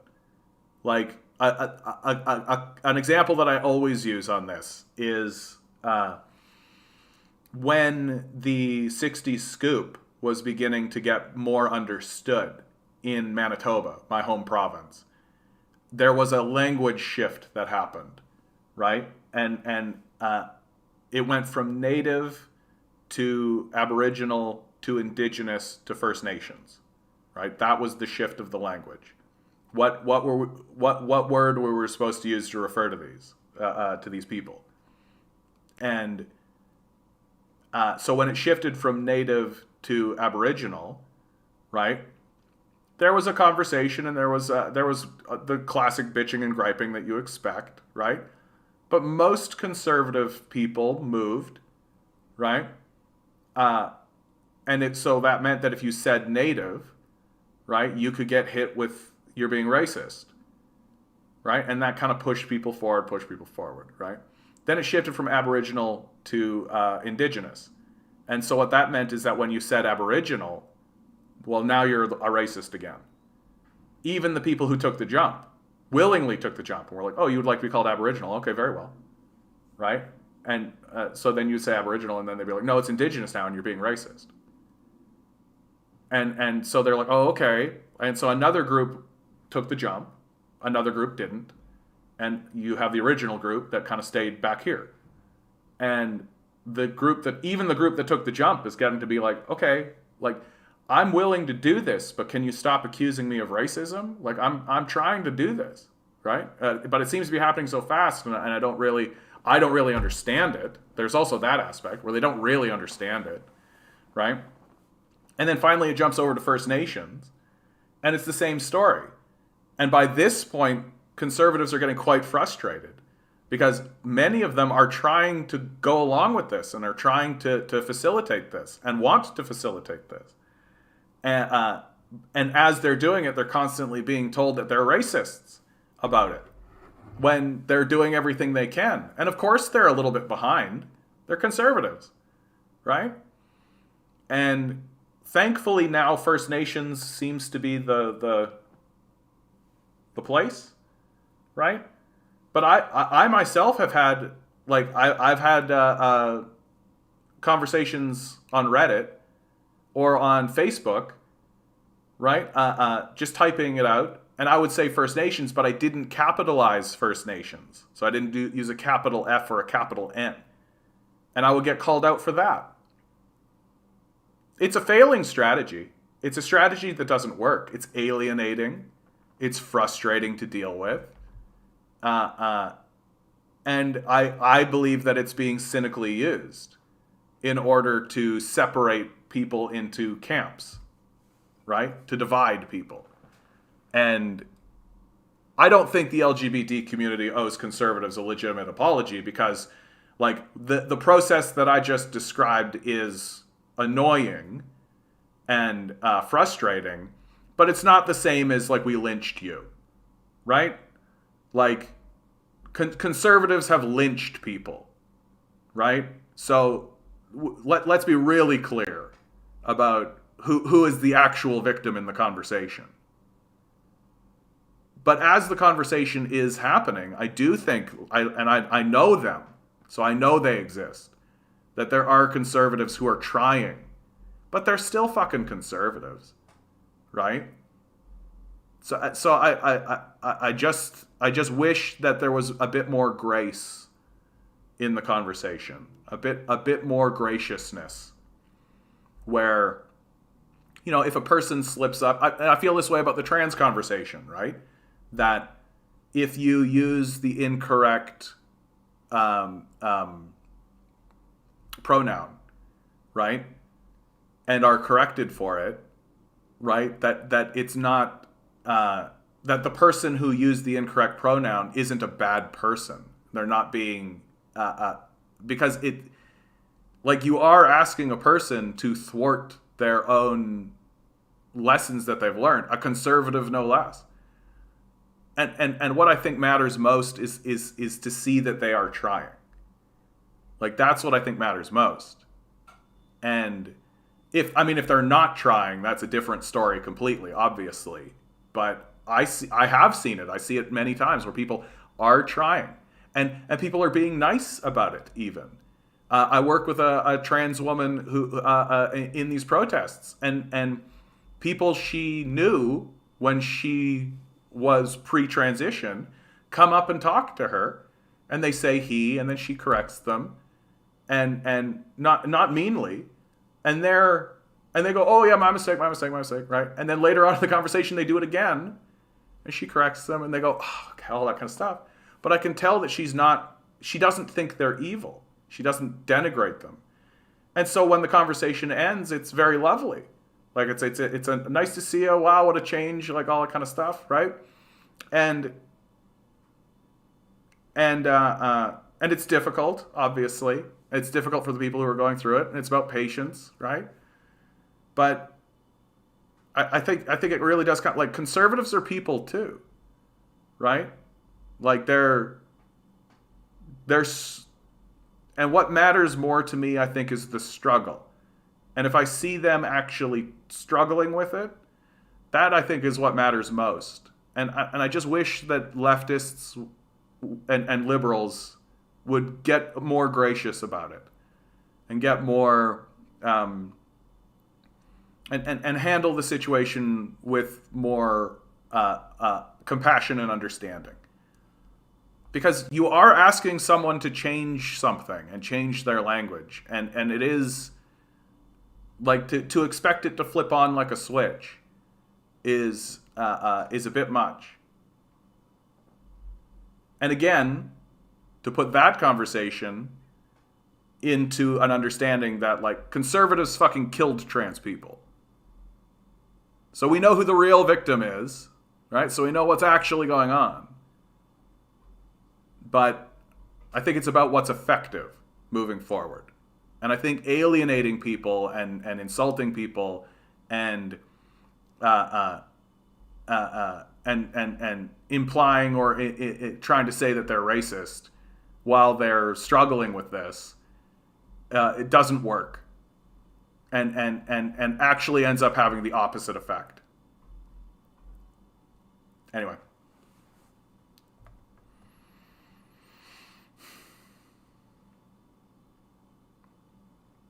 Yeah, keep in mind, working class right-wingers are essentially afraid. Validate their fears on the economic issues and don't denigrate them. This allows for some common ground where the discussion can expand. I think that's right.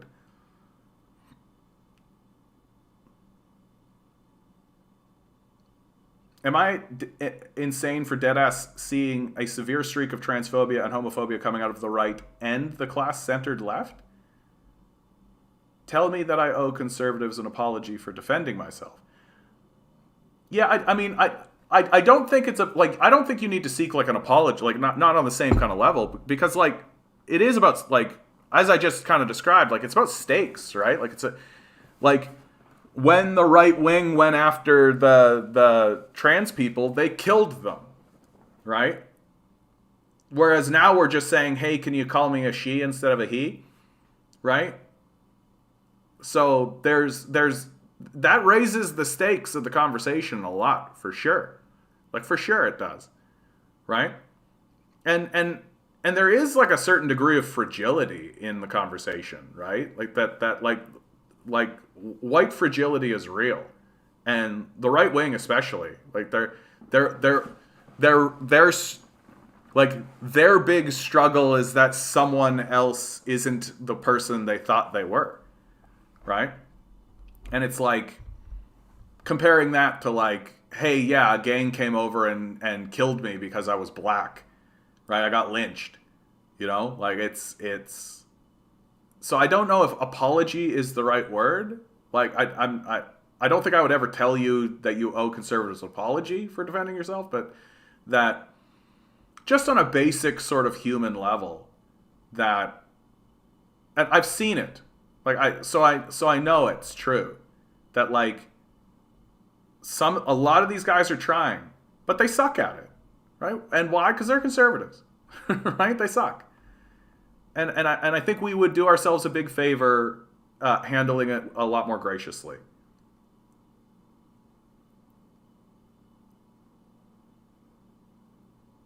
Yeah. I don't want socialism with Jim Crow characteristics either, dude. That's crazy. Like, I don't think you could have it that way. Is what I think. If you were trying to do socialism and there was a type of person who was 3/5 a person, then I don't think you're doing socialism.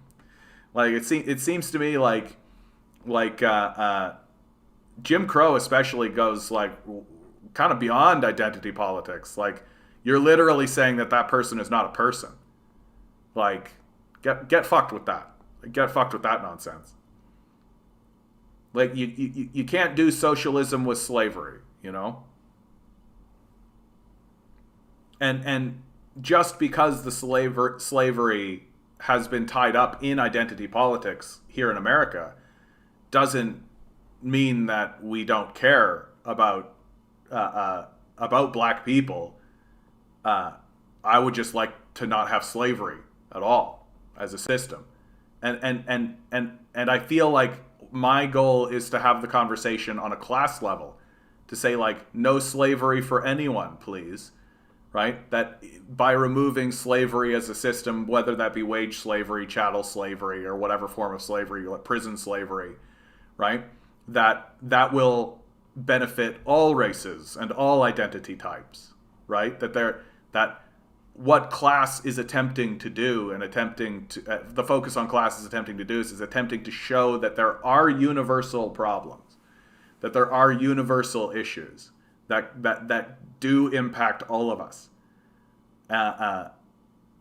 And if we can manage to have conversations about how these issues impact all of us universally, then perhaps we can join together universally and resolve those issues and realize who are the actual people who are attempting not to resolve these issues. So, for example, with the issue of slavery, right? Well, who are the people who actually are against the concept of alleviating slavery? Well, that would be the slave owners, right? And so we can have a conversation about who does slavery affect more, you know, white people or black people, and we can do that over and over and over again. But if we do that at the expense of having a conversation about who the true beneficiaries of a slave system are, which are the slave owners, then we'll never resolve it. And we'll never actually confront those owners, and we'll never actually be able to push forward with it, right?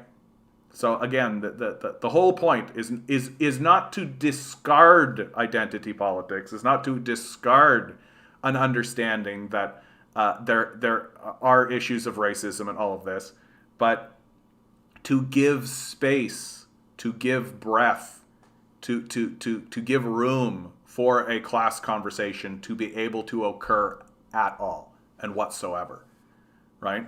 That's what it's about.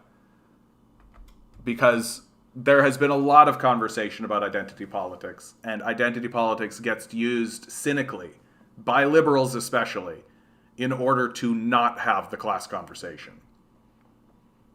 And again, I'm not saying it's easy, but I think it's necessary. I got a guy today at work who was full trucker freedom convoy and was going to donate to the Canadian Constitution Foundation. I asked him to do a 5-minute search about who they are involved with. Once he realized it's Koch brothers, front group with the Fraser Institute, taxpayer, blah, blah, blah, his outlook changed. Yeah, right? And I think that experience, Watson, really does speak to here's an example that I think about all the time, right? We understand on this channel and in this group what's going on with the Ukrainian crisis, right? That the United States has funded neo-Nazis, coup de government, started bombing people on the border of Russia, right? Like, we understand that. But the vast majority of Canadians don't. And it's not because they don't, they're disinterested, it's because they don't know, literally. Like, their media doesn't tell them. And so when I see Canadians have this outpouring, right? They send so much goods through the church system, through the charity system, that they had to tell them to stop donating, right? It's actually there's a loveliness there, right? It's tragic given the actual reality of what's going on, but people do want to do good, right? They want to, and they want to participate. And the struggle with what is happening in today's world, given how much spin there is, given how much disinformation, given how confusing everything is that people don't know who to turn to or where to go, right? They don't know what to look at. They don't know who to pay attention to, which is why I'm desperately trying to create this space and to act as a truth teller so that people do have a place they can go. That if they have questions or concerns, at least they can find somebody who's willing to tell them the truth, as so far as it exists. Which is why, again, it's important for you guys to tell people I exist, to grow this thing, to make it happen, right? And I'm trying my best on this end, but like, share, subscribe, right? Like it's spreading it around, because there aren't that many truth tellers in the conversation, right? There's lots of people who call themselves journalists, but not a lot of truth tellers. And that's the goal of all of this, is to tell the truth so that people do have a place that they can go to. And go to a place where if I don't know the answer, like if I don't have the truth, or if I'm not sure what the truth is, I'm willing to actually go along and try to discover what the truth actually is.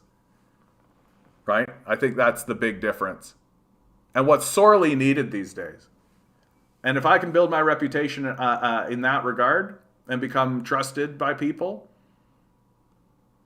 then I've done my work. I find it worrisome when some parts of the left begin to advocate for more empathy and understanding with racists and bigots than with those who are most marginalized and oppressed. Of course it's worrisome. Like, I agree. In fact, Transylvanian, like, I agree. But to me, it's about what is going to be effective, right? That the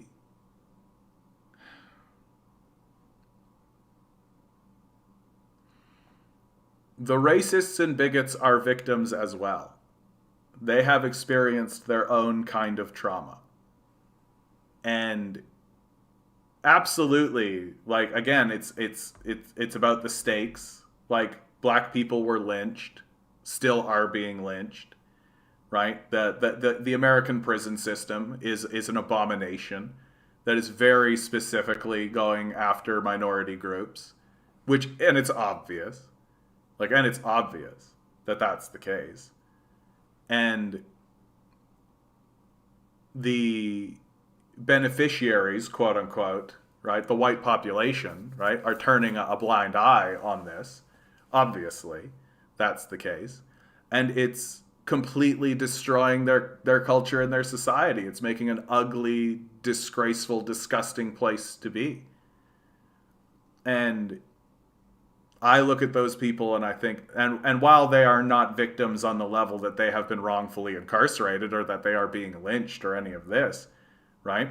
They are also victims of this system that is leading them into this horror show, right? And again, I'm not saying it's easy, right? But who said any of this was easy?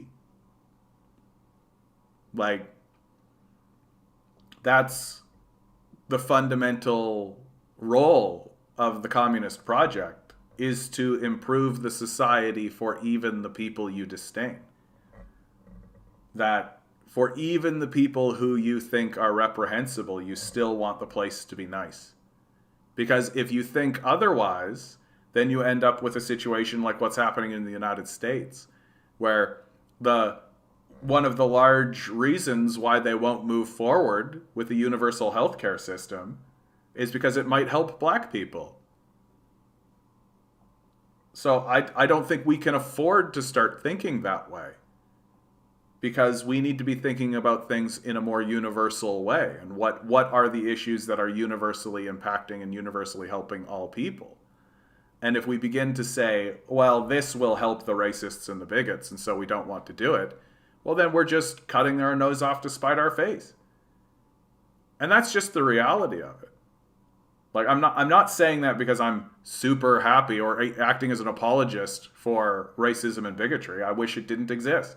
I wish that that it was gone, right? That it was a non-issue, that people could just live in the world and be like, oh, hey, cool, you've got black skin, I've got white skin. Isn't that an interesting scientific fact about the reality of our lives together?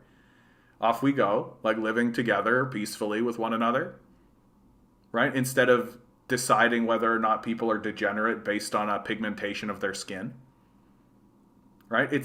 Like when you actually talk about what racism is, you really see how childish it is. Like, it's absurd. It's an absolute absurdism. But I worry that if we get mired in this and not articulate something that I think is true, that the racists themselves are also victims, that they are also caught in this system of they're caught in a mental cage.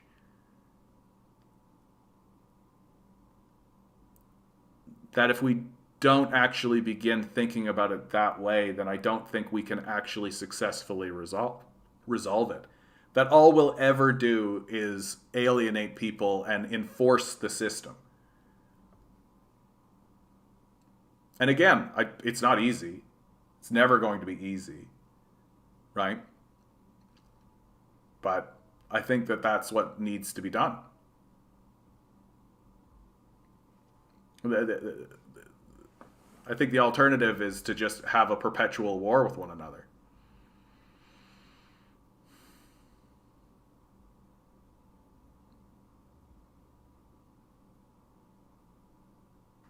If we begin to tolerate the intolerant, we become an intolerant society.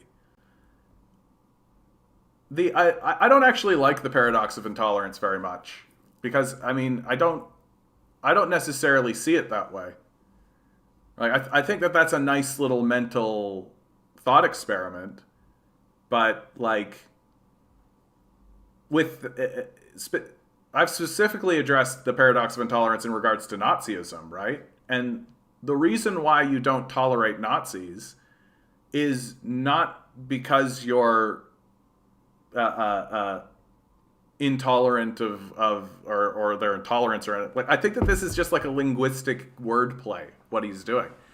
Like, the reason why we don't tolerate Nazis is because we have a universal set of laws. Like, we create laws that are universalized. So we say all people, like,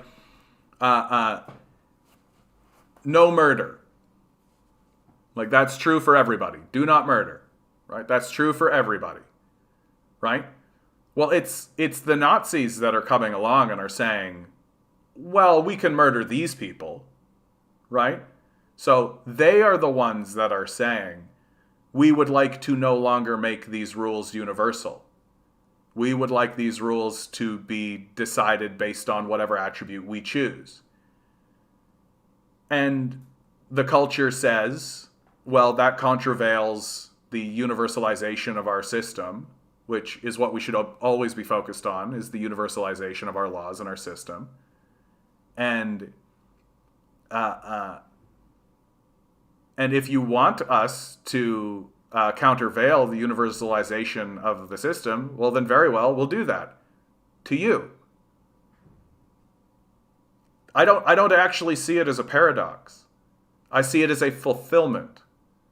That when Nazis stand up and seek to act the way they do so in contravalence of the base systems of society. And it's not a paradox to say to them, oh, if that's your ethos, if your ethos says we no longer want to abide by the universalization of our law and instead separate people out by ethnicity, race, religion, or creed, and then we say, okay, then we'll fulfill that for you. It's not a paradox. It's a fulfillment. And I find the paradox of intolerance to be just like a kind of semantic, fun little wordplay. Like that's all I see it as. Like I don't actually think it's particularly interesting.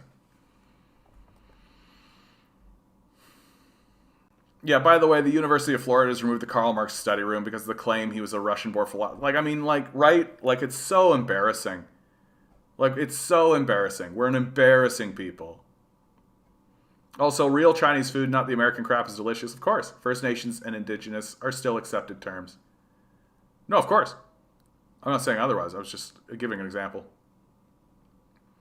But it's not about the use of language. It's a distraction. It's about the dehumanization, the rejection of the very right to existence, the denial of rights, and medical treatment to these communities. Yeah, absolutely.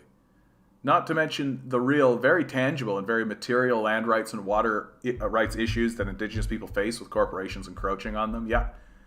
These language disputes and hyper-focus on aesthetics are a liberal ploy to distract, but there are real underlying material issues that are not purely class-related.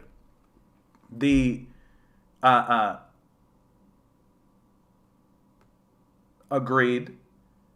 There has definitely been a long history of denigration, especially First Nations people here in Canada. And that I think the path for especially right-wing people to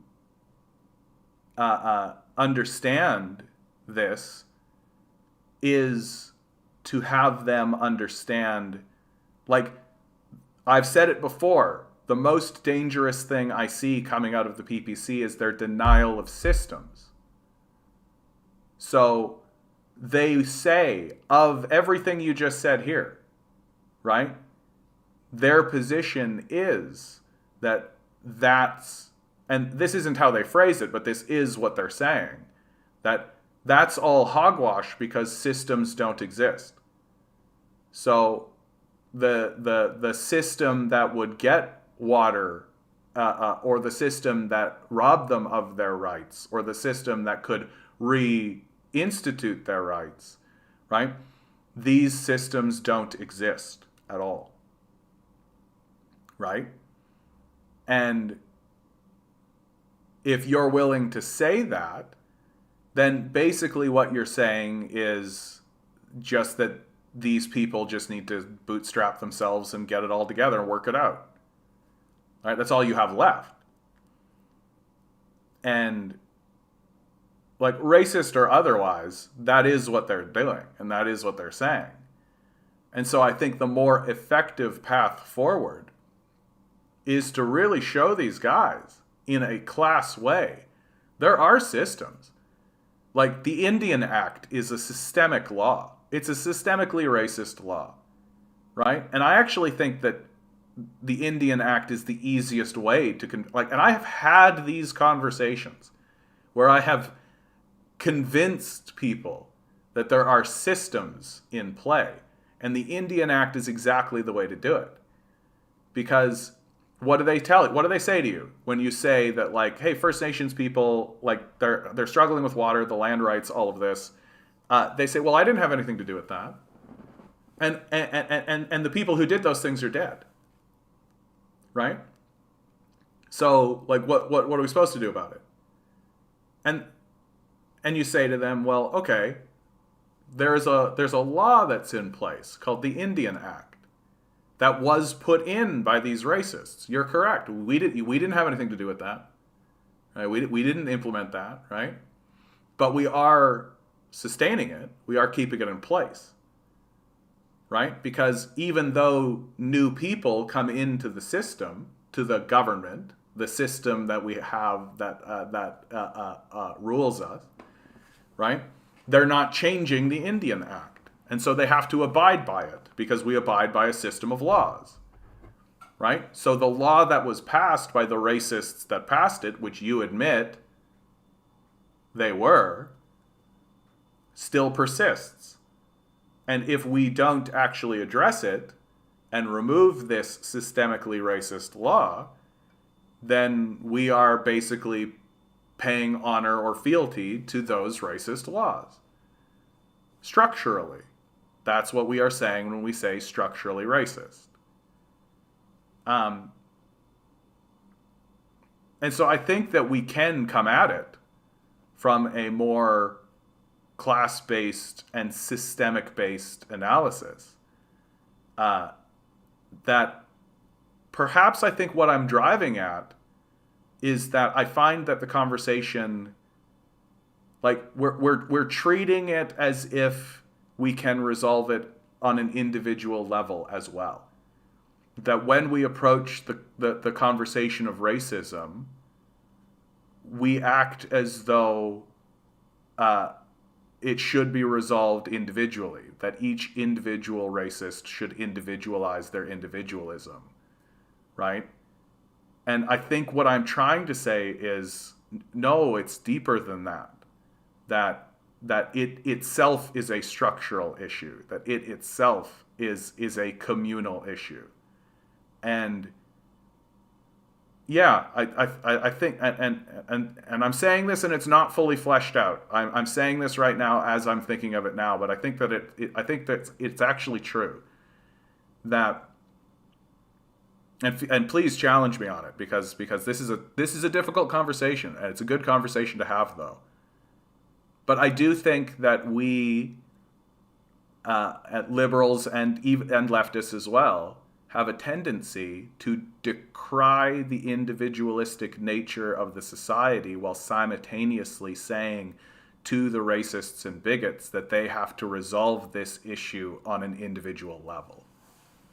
I think that's where I'm coming from. And I look at that and think that's an incoherence in the way that we think about the world. That if we are going to say that there are class dynamics and there are larger systemic issues and that there are larger communal issues at play that go beyond the power of the individual, then we also have to accept that of the people we dislike the most, which in this conversation are the racists and the bigots. Yeah.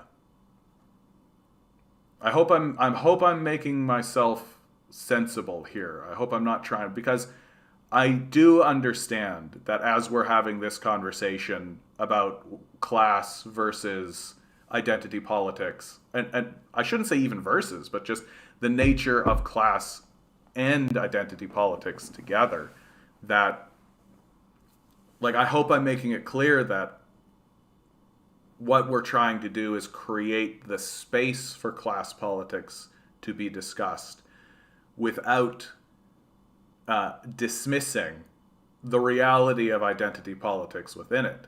And that much of the identity political conversation, I think, could be made more robust and more full with a more class-based and structural analysis of what is happening. And that it's the exclusion of the class conversation that maintains the issues that are occurring in the identity politics discussion. And so I feel like there's this attempt going on by liberals to just focus on identity politics, and by the focusing on that identity politics, there will be a resolution to the issues that exist there. But I actually think that if we focus on the class politics, that seeking resolution through the class issues will thereby resolve the issues that exist within the identity politics sphere as well. And I think that's really what I'm trying to put forward here.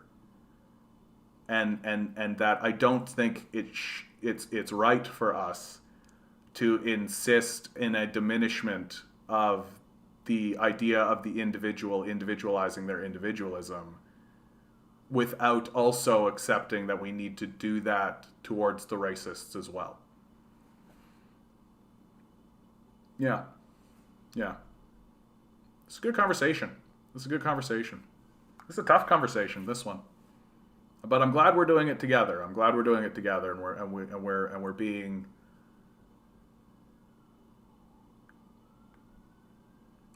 Sure, conservatives are people, but were they put through residential schools? No, that's right. Are they actively going through genocide? No, but again, what they are saying to us is, but I didn't have anything to do with that, right? Like, they see it as an individual, on an individual level. I didn't have anything to do with that, and the people who did are dead. So what's the problem, right? And so it's up to us to articulate that problem. And the problem is systemic, that it's a system that's in place. And if all we do is treat those individuals that are saying, I didn't have anything to do with that, as equivalent to the people who did do those things, without actually articulating to them the systemic nature of the system, which they don't acknowledge, right? Because all they're doing is saying, I didn't have anything to do with that, and the people who did are dead. And they don't really understand the system that's above them. They don't understand the structure of it. Then I don't think we're actually going to get anywhere.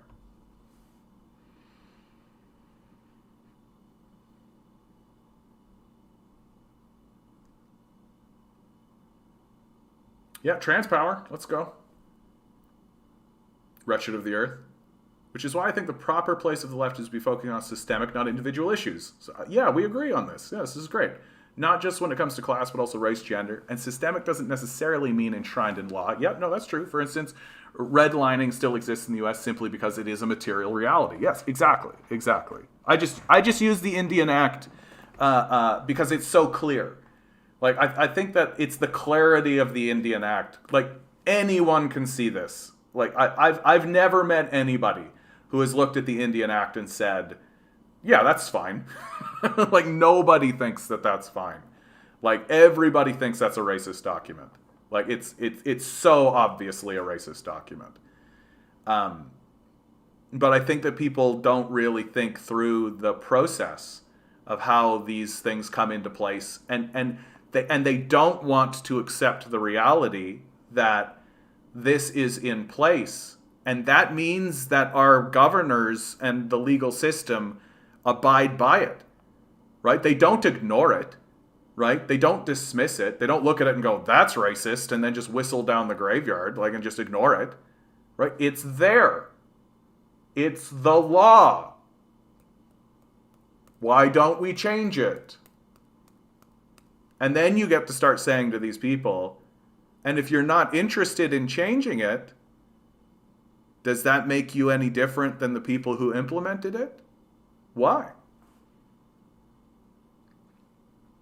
And so I think that, like, one of the most damaging things that exists as an ethos in our society today, and you can see people like Jordan Peterson again, right? Jordan Peterson, he completely denies the existence of systems.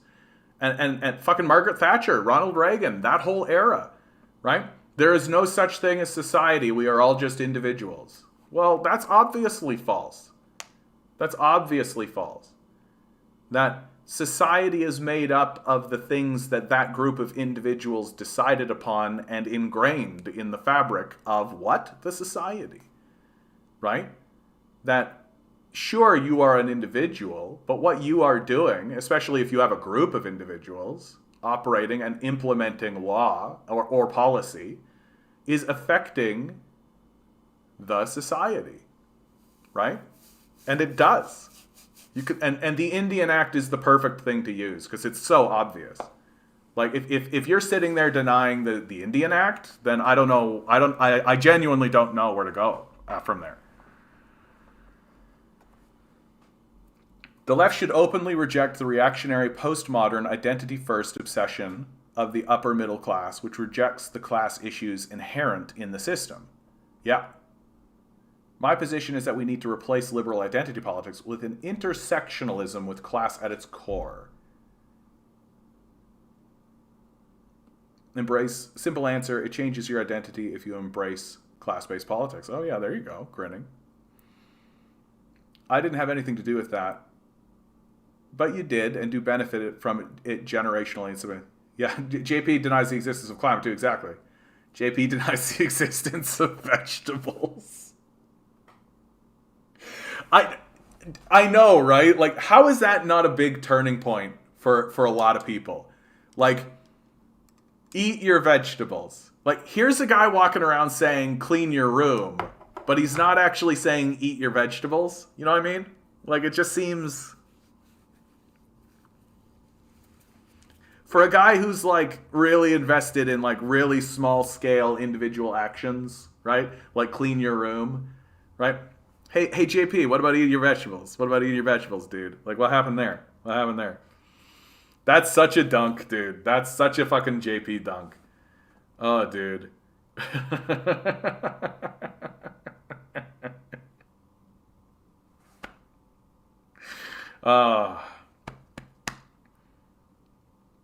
Okay, guys, I've gone super overtime with this conversation. Because honestly, this is a good conversation. This is a really, really good conversation. Thanks so much, Rob. I appreciate that, bud. That's really kind of you. Thank you, bud. Because the last thing I want to do is alienate people. Because I know that this is a really there's a real tense. This is a real tense conversation. That's what it really is, right? Because there's very serious things that have occurred, as Famita, as you point out, very, very clearly here. Like that, this very real, right? Very real. And I know that when I get into that conversation, that that the concern, that it brings up concerns of apologetics for racism, right? Or dismissing the concerns of identity and of race and gender and all of those things, right? That the concern is that I am basically just saying, no, class is what it's at. Forget about your dumb racism stuff. Like, stop talking about that.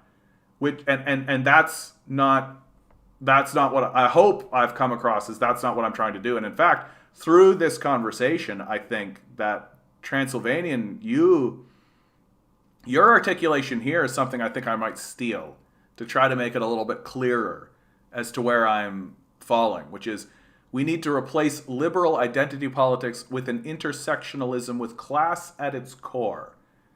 I think that's closer to the mark. That liberal identity politics has excluded class, whereas we need to be talking about it with always focusing on how it relates to class. Without rejecting it, or without ignoring it, or without dismissing it, or degenerating it, or even lowering it, but rather making it a more robust and more full conversation with an understanding of the class dynamics that are at play. And because we've been living in a space for so long where that has not been the case, and of course, because of the history of our nation and the history of racism and of these systemically racist ideals, do we know how to have that conversation? Do we know how to do that? So it's like we are building a new language and attempting to build a new understanding with one another. But that new understanding we acknowledge, or I acknowledge, is going to be full with a lot of tension because of this history of violence and because of the ongoing reality of violence. It's going to be very people who are fighting for these issues are we want to try to include them instead of alienating ourselves from them. And that's and because they are right to be suspicious, that's going to be a very delicate procedure and a delicate process. but one that I think is important, because we do have to bring into the conversation in more serious ways the nature of how class is playing in the society. Man.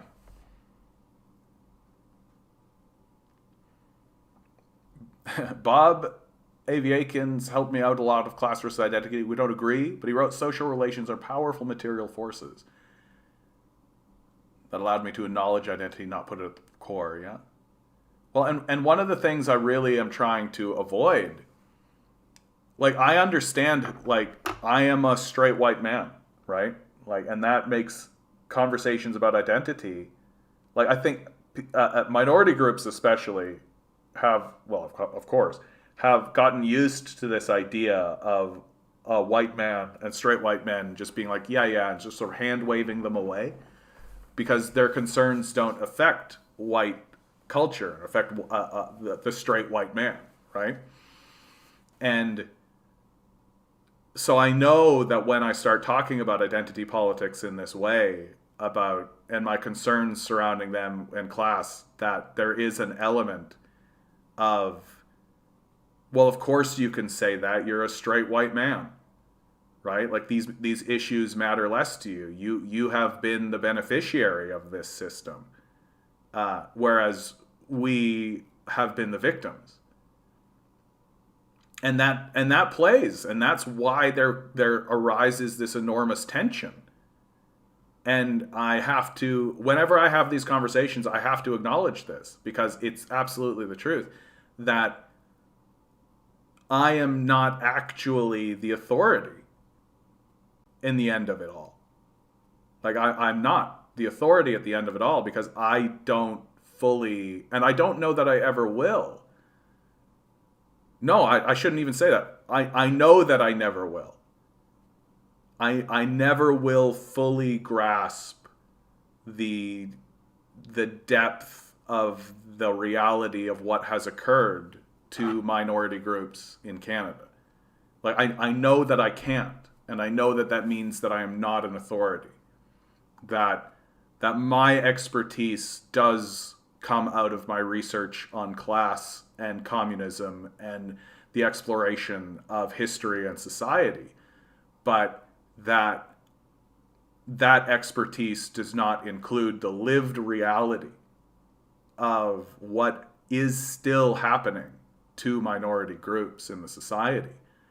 And so when I speak about this issue in particular, and my desire to include class politics in the larger conversation, the best I will ever be able to do, and I know it's true, is to sympathize in the abstract. And hopefully that's acceptable. Hopefully that's enough. And if it isn't, then I hope that simply the idea that I've tried my best to honor those who are the experts, which are clearly the people who are experiencing it, and are clearly the people who are going through it. And hopefully those are the people who we really listen to in this conversation, while we're attempting to put it together and attempting to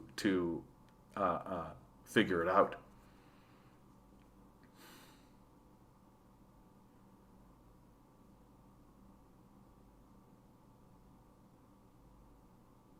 And I think this is a good time to bring something up that we've been talking about Watson. You've brought up several times, and I've tried to answer. But at the end of all of this, I say revolt, rebel, repent. And it's these moments that I begin to dwell on that concept of repentance.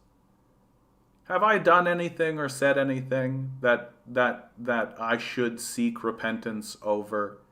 Is there something that I feel that I have misstepped or said wrongly, or have I said something without considering the impact it will have on the other? And even if I come out of that contemplation and I think to myself, no, I do think I did okay. Like, I think I tried my best to honor all sides of the conversation. I still think that the contemplation on the concept of repentance is valuable. And it's that contemplation on my own thoughts or actions that can spur forth growth. And so in many ways, I say repent not for your benefit, but for mine. Because even if you don't need to apologize, it might be a good idea to think about whether or not you do.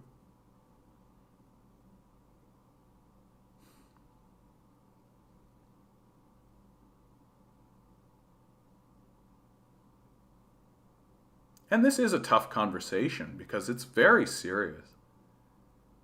Like, it's very serious. Like, what is occurring to, I think about the black population in the American prison system, the people of Turtle Island, the senselessness of all of it, the absolute senselessness of all of it. That it simply doesn't need to be that way. That maintaining these systems of suffering is doing enormous amounts of damage for no gain whatsoever. For no gain whatsoever. Like, perhaps some millionaire or billionaire makes an extra million or an extra billion that year. It's completely pointless.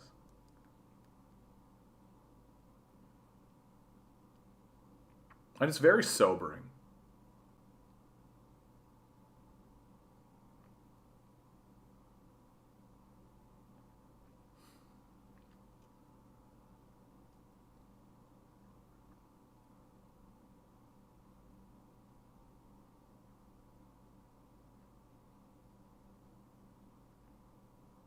I always tell race-first pundits that their concern doesn't matter and they are pro-capitalist and working against the good of all mankind.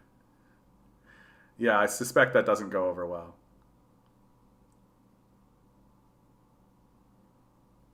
The whole purpose of these identity issues is to maintain the power structure for the ruling class through deliberate social division, all of it. Yeah, which I think that's what we're trying to highlight.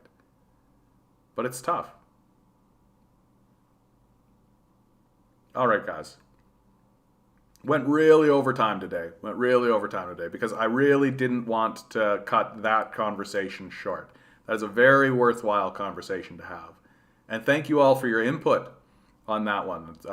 Very, very enlightening comments, because I think what's most disagreements I have found are semantic. And if we can find, and if I can find cleaner, more articulate ways to express what it is I believe, then that is a win. And I think that happened here tonight. And I hope it carries through. Because this particular conversation really does matter. Really does matter. And I'm glad I went over, and I'm glad I took the time, and I'm glad you guys stuck with me through it. Hopefully we all learned something. Hopefully something came out of this.